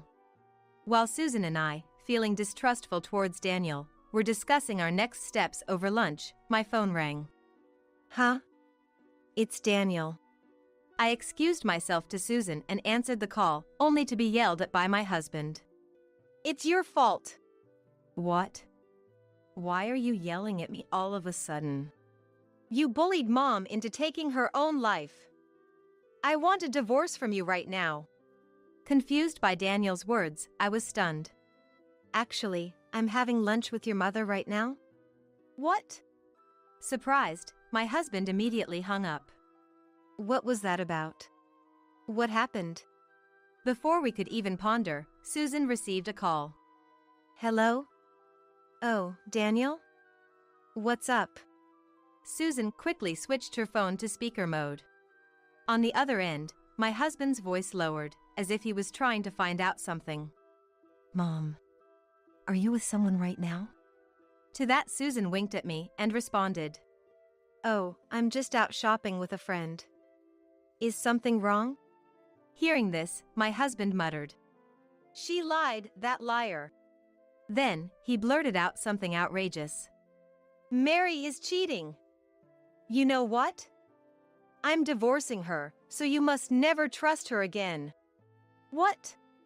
I gestured to Susan to keep talking. Quietly nodding, she pretended to be fooled and continued to draw out my husband's motives. Finally, the reason behind Daniel's suspicious behavior became clear. After ending the call with my husband, Susan's face looked devilish. I was filled with anger too. Susan, let's teach that man a lesson together. When I got home, my husband was already there. Oh, you're home early today. Yeah. Despite his inner tension, Daniel's attempt to appear calm was almost comical. But I decided to take the initiative. Today, I got a weird call around noon. It might be my imagination, but the voice sounded like yours. Is it some new scam or something? What? Really? Be careful not to get fooled, okay? Hearing my words, my husband seemed relieved, thinking he'd gotten away with it, and reverted to his usual demeanor. Where were you anyways? If you're a housewife, you should act like one and stick to house chores. Okay, I hear you. Then the doorbell rang. I'm doing the dishes, could you get the door, Daniel? Fine. Reluctantly, he opened the door and I heard him scream. Standing there was Susan and another young woman. Emily! What are you doing here? Oh, I just invited your new bride over as a mother. She's young and cute, isn't she? Mom, don't say anything. Daniel gestured for Susan to be quiet, but I watched from behind with a cold gaze. I'm sorry to say this, but both Susan and I know about your affair. I watched Daniel gasp. Please, come in. He welcomed the woman named Emily. How long have you known? Sitting across from us, Daniel looked up with a fearful gaze. Daniel, every time you came home, you smelled of perfume. Didn't you notice? Or is there something wrong with your nose? Tired of feeling uneasy, I decided to investigate my husband's mistress. Disguising my hair and outfit, I frequented a cafe near his office and followed him and his mistress to a hotel, capturing the moment they entered. I was so excited that I couldn't sleep that night. How did you find her contact information? You thought you were careful by setting your phone's lock to fingerprint recognition, but that's easy to bypass when you're asleep. Don't I have any privacy? Be quiet. Susan, usually calm and gentle, raised her voice, silencing her son. So, I contacted Emily, and Susan went to pick her up. I forced my husband's chin up as he sat with his head down. He couldn't move, just looking into my eyes. You mentioned your intentions over the phone to Susan, but could you share them with me too? I intended to smile, but perhaps my eyes weren't smiling, as my husband trembled. Reluctantly, he began to explain his suspicious behavior and the purpose of his call that day. I plan to divorce you, take the alimony and shared property, and then remarry Emily. So, initially, you intended to make it look like Susan took her own life and blame me for it, leading to a divorce. Is that correct? He nodded in small movements. It's surprising he thought such a lie about Susan's death would work. I guess he was that into his mistress. But when I told him I was having lunch with Susan, he was so caught off guard that he hung up the phone in shock. Still unrepentant, my husband, thinking of his next move, quickly contacted Susan. When Daniel came to me with his plan, I was utterly disappointed. Susan pretended to be deceived and extracted the story from him. Mary cheated, so I'll take the compensation money and the shared property. That's what he told Susan. And he added the following. I've already found a new partner to marry as soon as we divorce. That partner turned out to be Emily, now sitting in front of us, pale-faced. Why won't you take my side? What do you mean? You always supported me. In elementary school, you always defended me when I did something wrong. But you changed ever since I married Mary. How far back are you living in the past? And I regret spoiling you too much when you were young. Daniel thought that his mother had changed because of me, and had been lying to both of us so we wouldn't see each other. Disappointed with her son, Susan sighed deeply. I never thought you could be so selfish. I'll end it here. I'm cutting off your financial support. What? You're kidding, right? Actually, Susan had been financially supporting Daniel's company, and his success as a president was largely due to her. However, after becoming suspicious of his constant requests for money, Susan discovered he was using the funds for his mistress and not the company. I no longer consider you my son. I'm disowning you, so leave this house. Daniel's face turned increasingly pale. It was only natural, since the house we lived in was in Susan's name, and he had always relied on his mother. Seeing him look at me in panic, I pushed the divorce papers towards him. Sign here, please. Here's a pen. Enjoy your life with your mistress as much as you want. At least let me off the compensation money. Don't joke with me. How dare you claim Susan took her own life? I said so and slapped his face. What? If there's no money, there's no benefit to marrying an old man like you. The mistress said so and slapped his face too. Daniel, holding his face, teared up and collapsed on the floor. By the way, Emily, I'll be seeking compensation from you too. What? Why me? You can't just meddle with someone's husband and get away scot-free. But she too slumped powerlessly to the floor, and together, Susan and I kicked both the Daniel and Emily out into the cold. After divorcing my husband, I demanded $20,000 in compensation. He was kicked out of the house owned by Susan, his financial support was cut off, and his company went bankrupt. Now homeless and penniless, Daniel is apparently living on the streets. Of course, I also got $10,000 in compensation from the mistress. Susan and I remain close, and after my divorce, I moved in with her. Our bond deepened even more. And we now live freely and happily together, just the two of us. I will be erased soon. A letter from my sister-in-law Elizabeth, who had taken her own life, arrived addressed to me. It came a week after she had passed to the other side. Despite her will already being found, what on earth was going on? I couldn't understand it all. But when I saw that letter, my hands started shaking with anger. This can't be forgiven. The letter ended with the words, "Report to police immediately." Little did I know what would happen next. My name is Jessica, I'm 28 years old. I live with my husband Paul, who is 5 years older than me. Both of us worked at different companies. Paul had a sister named Elizabeth, a very gentle person who, and for me who had no sisters, was like a real sister. And Elizabeth treated me like a sister as well. My sister-in-law was unmarried, and said she had no boyfriend, but she confided in me alone.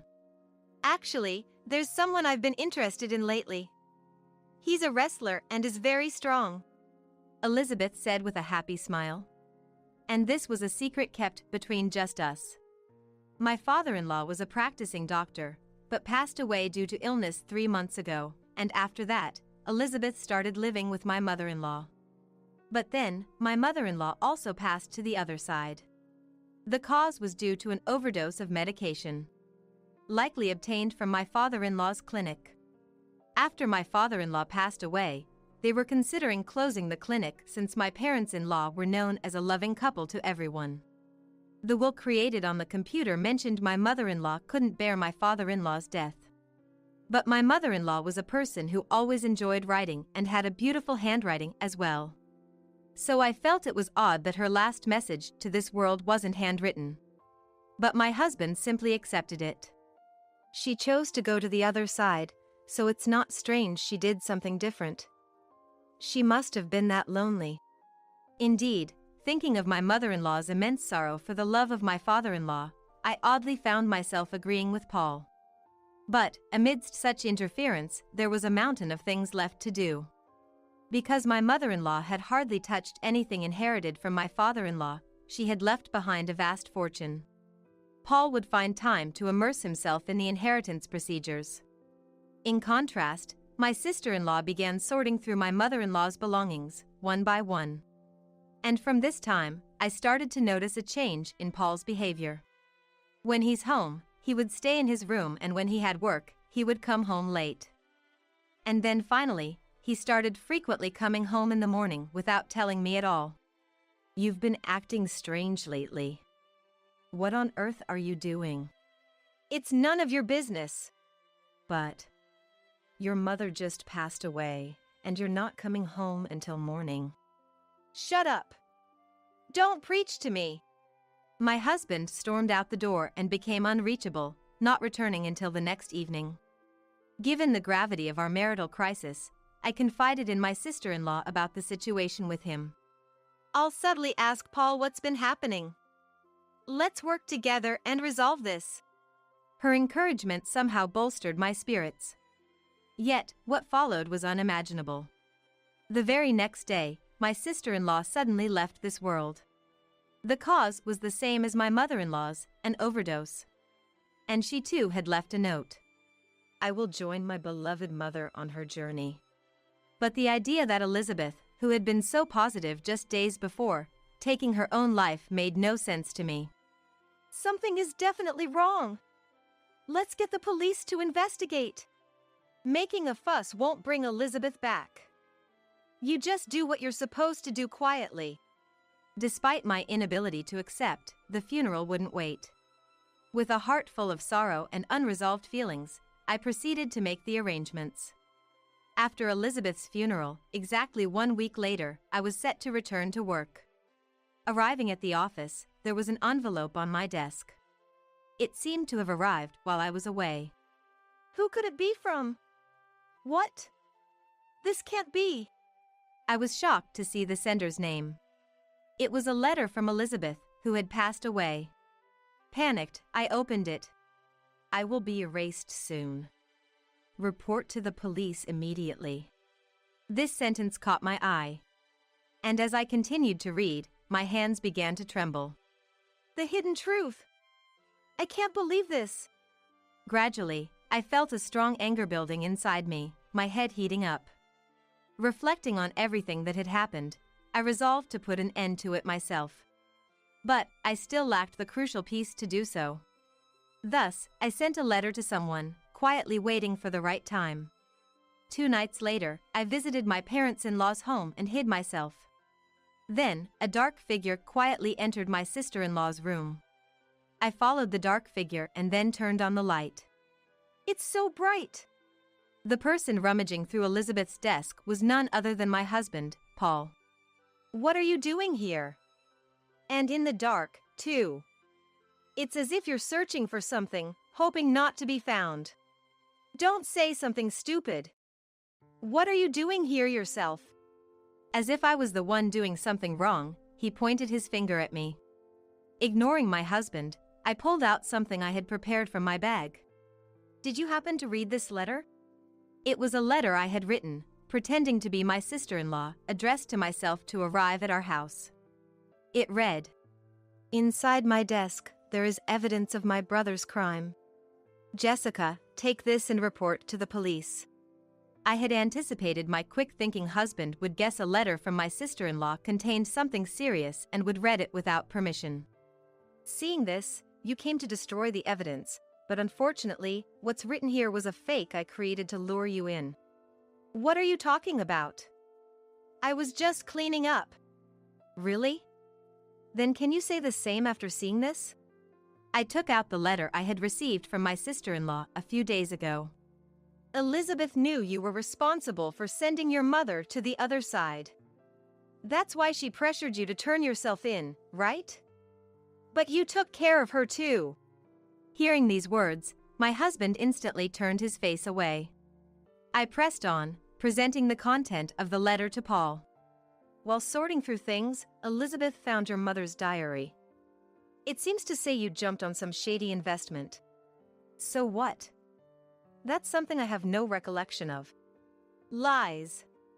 It's all written here." I took out the diary my sister-in-law had enclosed in the letter. According to it, Paul had been pestering her to invest the family's fortune. Despite her refusals, he was persistent, causing her great distress. Unable to confide in anyone, my mother-in-law poured her anguished heart into the diary. "Look here. As long as I'm in my right mind, I'll never let the fortune my husband left to be used for such dubious purposes. I want to live long, for the both of us. It says so, right?" "So what if it does?" "The evidence here made Elizabeth realize you must have been the one to end your mother's life." However, no matter how much my Elizabeth searched, she couldn't find definitive proof you sent my mother-in-law to the other side. As a last resort, Elizabeth tried to get a confession out of Paul. But my sister-in-law thought, being capable of such acts towards his own mother, he might not spare her either. If anything happened to her, she entrusted me through the letter to report my husband to the police. Hey, all of that is just made-up stories. After all, there's no conclusive evidence I sent those two to the other side, is there? You rummaging through Elizabeth's belongings right now is evidence enough. Calm down, will you?" Saying this, my husband left the room and returned with coffee he had brewed in the kitchen. "Here, drink this and calm down." Paul offered the coffee with a nonchalant demeanor. But this was exactly my aim. "Surely you've mixed something strange in large amounts in this." Indeed, no decisive evidence of his crimes was found as my husband said. However, it was almost certain Paul was responsible for their deaths. And the deciding factor for my mother-in-law and sister-in-law's journey to the other side was medication. "I figured if I made enough noise, you'd surely try to do the same to me too.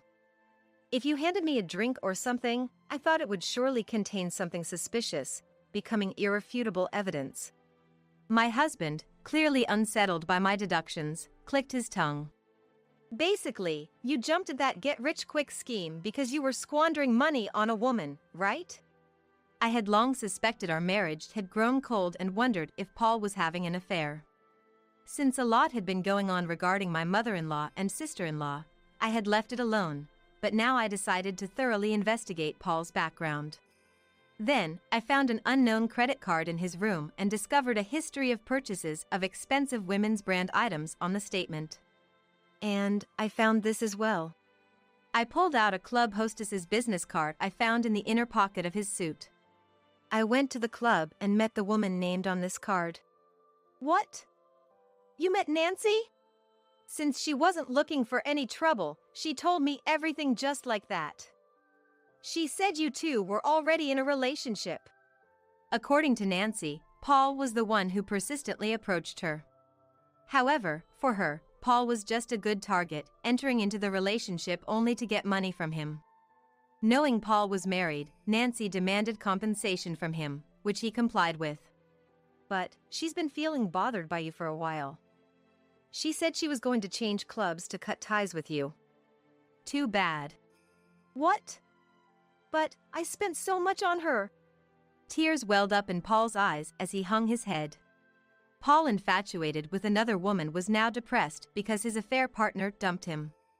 How dare you act like this in front of your wife?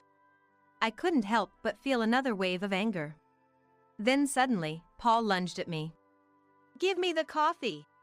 He tried to snatch the coffee, which likely contained a large amount of medication and could serve as evidence of his crime. Stop it. Let go. Just give it to me. I struggled fiercely, but the difference in strength meant it was only a matter of time before the evidence ended up in his hands. But then, someone intervened to help. Get your hands off her. Easily knocking Paul down and pinning him to the floor. Who on earth are you? He's Richard, the man Elizabeth loved. He worked at the same place as my sister-in-law and had attended Elizabeth's funeral. Before Elizabeth passed away, she had mentioned about Richard. There's a wonderful man with a wrestling background. Seeing Richard, a solidly built man, holding back tears in front of Elizabeth lying in peace, I instantly knew he was the man my sister-in-law had loved. Approaching him, he opened up about his feelings for Elizabeth. Richard, too, couldn't believe my sister-in-law had taken her own life, and we exchanged contact information, promising to share any new information. In order to carry out this plan, I had asked him to hide just in case. Damn it! You tricked me. My husband struggled, and with my help, the two of us managed to subdue him. Thinking he couldn't escape, Paul suddenly changed his tune. Look, Richard, can't we talk this out? If you let me go now, I might even share a bit of my family's wealth with you. You open your mouth and that's what you suggest? Jessica, you too. You know your husband could be criticized by society. Appalling.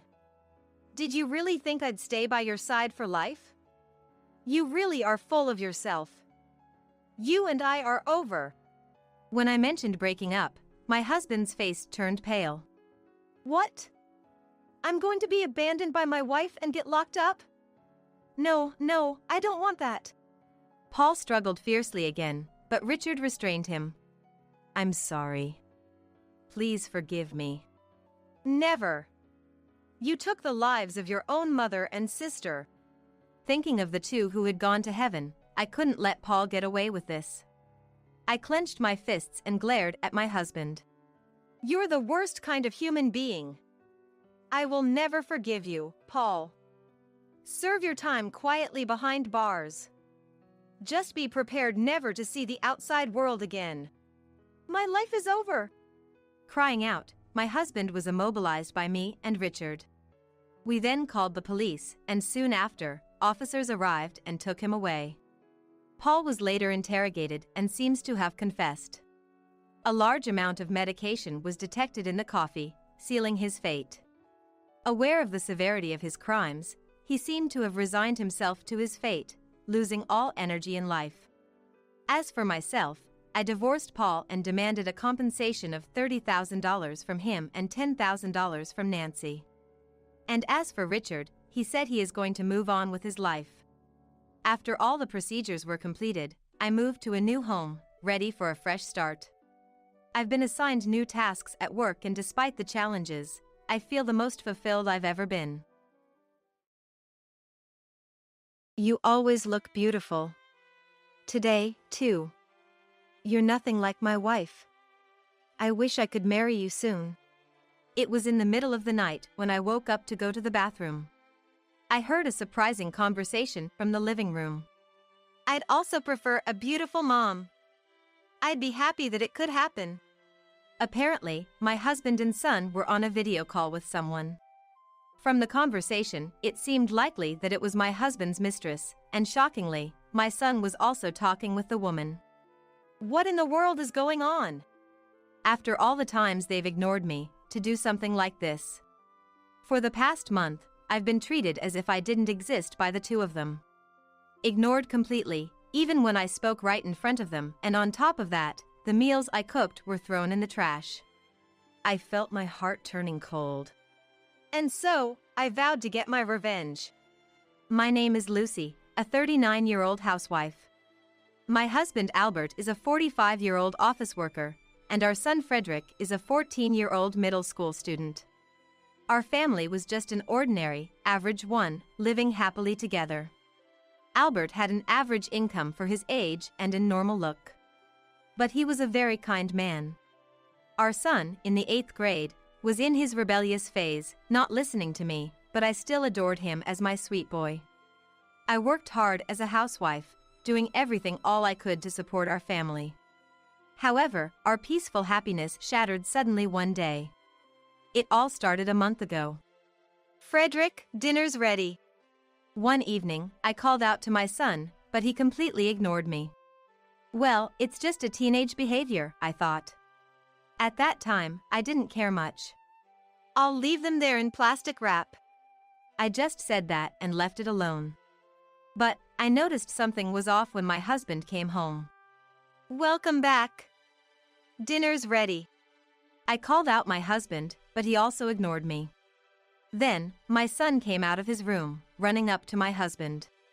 Dad, welcome back. Did you buy dinner? Yeah, your favorite burgers. Awesome. Meat's the best, right? Then, my husband and son threw the dinner I made, with the plates, into the trash. What the heck?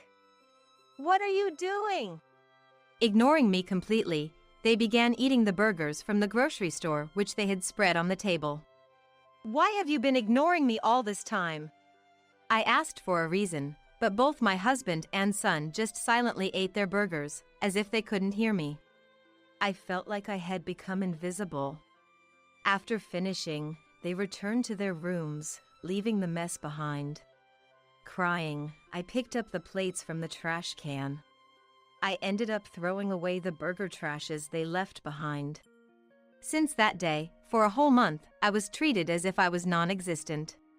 No matter what I said or did, it was as if I was invisible to them. From about a week later, I gave up and started making meals just for myself. My parents are farmers and they send fresh, delicious vegetables to our house. I used these vegetables to make meals, thinking of my family's health, but it was unbearable to see them thrown away uneaten every day. Eventually, even the meals I made for myself got thrown away by them when I wasn't looking. There was even a time when they deliberately crushed the fresh vegetables which my parents sent right in front of me. This is kind of a stress reliever, huh? Why are you doing this? Did I do something wrong? Tell me and I'll fix it.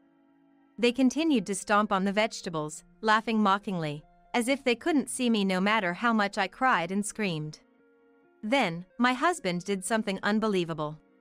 This one too, no need for it anymore, I'll throw it away. It wouldn't fetch much even if I sold it. He took off his wedding ring from his left ring finger and threw it into the trash can. It was supposed to be the symbol of our precious bond. That was the last straw for me, and I shut my heart down. I couldn't believe he would go as far as to throw away our wedding ring. What is he thinking? My sadness and anger finally reached the limit. I secluded myself in my room. From behind my room's door, I could hear my husband and son laughing together, which only deepened my sorrow. Why did things turn out this way? What happened to them? Confused and distressed, I spent a month crying alone in my room. One late night, while walking to the bathroom, I overheard a joyful conversation of my husband and my son from the living room. I felt lonely, knowing I was no longer part of their world. But then, they started a video call with someone, and the conversation that ensued was unbelievable. Sophie, you look beautiful today, too. You're nothing like my wife. I wish I could marry you soon. Really? Ditch that wrinkled and spotted woman fast and marry Sophie. I'd be so happy to have such a beautiful mom. I couldn't hear the other person's voice, but my husband and son were praising someone over the phone. Mother? What are they talking about? It was unbelievable. From their conversation, it was clear my husband was having an affair, and my son knew and was encouraging it. Their terrible conversation continued. Lucy really is a foolish woman, isn't she? Now that she's shut herself in her room, we don't have to see her wrinkled, spotted face, which is such a relief. It's hilarious. She really seems to know we can't see her. They were mocking me. I felt my heart was freezing. I knew my husband was working hard but was being passed over for promotion at work. I believed my son was just being rebellious because of his age. That's why I had been patient until now. But this was too much. What was my endurance for? Knowing the truth ignited the anger that had been smoldering inside me. I couldn't forgive this, not even because they were family. At that moment, I decided to take revenge. For the next 2 months, I researched my husband's mistress, waiting for the right moment for revenge. Then, one day, my husband approached me. "Hey, I need to talk to you." "Oh, it's been a while since you came to talk to me." "Are you done ignoring me?" "Yeah, you're of no use to me anymore." My husband handed me divorce papers with a nasty smile. And my son was grinning beside him. "I've found someone else." "Leave this house." I took the divorce papers from the table with no expression. "Fine," I answered. They were surprised, as if they didn't expect my agreement. "Huh? You know things very well. We could have divorced sooner then? I had a feeling it would come to this." "I already packed. I'll leave tomorrow morning." "Oh, okay. Anything else you want to say?" "What do you want me to say? Beg you not to throw me away?" "No, just sign the divorce papers." My husband seemed a bit let down, but I didn't care and signed the papers, returning them to him. They probably didn't expect that things wouldn't go so smoothly. They looked at each other, but then laughed, as if it was fine as long as I agreed to the divorce. I wonder how long their smug smiles will last. They had no idea that hell was waiting for them after this. The only one who knew it at this point was me. I was laughing inside myself. The next day, I packed my bags and decided to go back to my parents' house. "Then, thank you for everything up to now." "You really don't regret it?" "I can reconsider if you want." "Why?" "You're the one who wanted a divorce, right? Did you think I'd be crying and begging you to stay?" "What did you say?" "Dad, it's fine. We won't be troubled without a woman like her." "That's true. She's a woman who no longer matters to us." My husband seemed to have mixed feelings about me agreeing so easily to the divorce. But that was no longer of my business. The husband I loved had already changed. The husband I knew before would never have treated me like I didn't exist or laughed in such an unpleasant way. I felt the last 15 years of our marriage were in vain. "Goodbye. Please take care. What happens to them after this has nothing to do with me." After all, my husband himself said that I no longer mattered to them. Upon my return to my parents' home, they welcomed me warmly. "Dad, Mom, I'm sorry. The vegetables you sent were either thrown away or trampled on by my husband and son, and they all went to waste. I truly felt sorry for not being able to appreciate my parents' kindness. Wasting food brings punishment. I've seen plenty of people like them suffering." My father was concerned about the scars of my heart. Feeling the warmth of my parents after a long time, I couldn't stop my tears. Meanwhile, the hell for my ex-husband and son was just beginning. Within a week of our divorce and returning to my parents' house, my ex-husband and son came rushing to our doorstep. The moment they saw my face as I opened the door, they started making a scene. "Lucy, help us! We were deceived.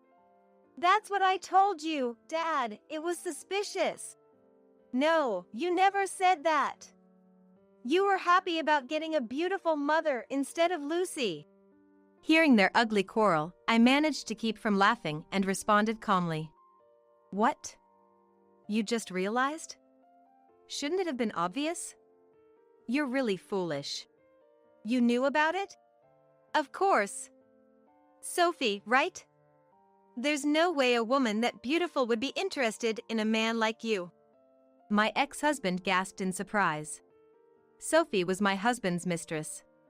He was quite shocked that I knew what Sophie looked like. Actually, after hearing their conversation in the living room, I sneaked out of my room while they were sleeping and checked my ex-husband's phone, which was charging in the living room.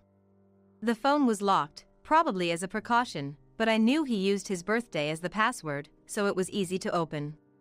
I was astounded by his lack of security awareness and how he underestimated me, thinking I wouldn't know his birthday. Well, anyways, I opened his text messages and found a lot of exchanges between him and Sophie, like a couple in love. Just thinking about it now makes me nauseous. But Sophie's profile picture was too beautiful to be true. She has exotic features on her face, so beautiful that she could be an idol or a celebrity. No, it was definitely suspicious. There was no reason for such a beautiful woman to be attracted to an average man like him. So, I did an image search with Sophie's photo. Nowadays, you can search the internet using photos, not just keywords. That's when a shocking truth came to light. That's Sophie, she's actually a middle-aged man, just like you. There was a warning posted on the internet about a marriage scam artist. Just to be sure, I asked a police officer friend from my school days, and it turned out to be true. Even a famous manga artist got caught in this kind of scam and lost $750,000. No way! I did a video call with her. It was definitely that beautiful woman. My husband was desperately trying to deny it, seemingly unwilling to believe. My son, too, was dumbfounded, thinking it couldn't be a scam. But suddenly, we couldn't get in touch anymore just as we were about to get married. She ran off with our money. Oh, you donated quite a lot, didn't you? I believed that beautiful woman was going to be my mom. We even talked through video calls. But nowadays, even in video calls, with software, a man can pretend to be a woman. Did you know? These days, gender transformation tools can change one's gender and appearance in calls, making them look like a completely different person. The voice can be easily altered from male to female, and the facial expressions change during the conversation, so it's hard to tell it's fake. It's truly a terrifying era. No way! My Sophie is a middle-aged man? When I saw Sophie's real face on the internet, I laughed so hard at the difference. Horrible, Mom! You knew and still abandoned us? I lost my savings too. Horrible? Have you already forgotten what you have done to me? Listening to them act as if they were the victims, all I could do was shaking my head. Ignoring me as if I didn't exist, not responding when I spoke to you, throwing away the meals I made. At the end, you chose to divorce. You were the ones who went away first. Never call me Mom again. What? You're still mad? I'm sorry, let's make up. We're family, right? We're strangers now. So I don't care. This is the end you chose. Take responsibility for your own choices. When I rejected them, my son begged even more. Don't say that. I'm your son, right? Help me, at least. What? That's not fair, Frederick. Trying to save yourself? It's Dad's fault for being tricked in the first place. There's a good investment, we'll share the profits, how could you not suspect that? You were happy to become rich and handed over all your savings too. I was tired of hearing their endless and unpleasant bickering. Our family was destroyed by a single scam artist. If my ex-husband hadn't cheated, maybe we would still be a happy family now. But it's too late. It's a waste of time. Can you leave? As I tried to close the front door, my ex-husband begged me. Wait! Please, let's start over. Your parents are farmers, right? So even if we have no money, we won't starve. Are you saying you want to reconcile with me for food? No, it's not like that. I need you. I know it too late, but forgive me. I won't do it again. His obvious excuses only made me sigh. Such men will surely repeat the same mistakes. I decided to put an end to it. Wasting food brings punishment. I've seen many like you suffering. What are you talking about all of a sudden? It's my parents' teaching. You threw away the vegetables they lovingly grew without even eating them. Understand? I'm angry. I will never forgive you. Don't ever show your face to me again. With that, I closed the door. Wait! Mom, forgive me! They kept making a scene at the front door, causing a neighborhood disturbance, so I called the police to take them away. Later, I heard that my ex-husband lost all his money and was fired for embezzling company funds. My son dropped out of high school and is working, but he can't find a good job. The marriage scam artist was recently arrested, according to the news. He was a middle-aged man, nothing like the beautiful woman, and many men were deceived on social media. As for me, I'm helping out on my parents' farm, living a stress-free and healthy life. I'm soon going to be introduced to a man of my age who's also a farmer in the same area. Next time, I want to build a happy family.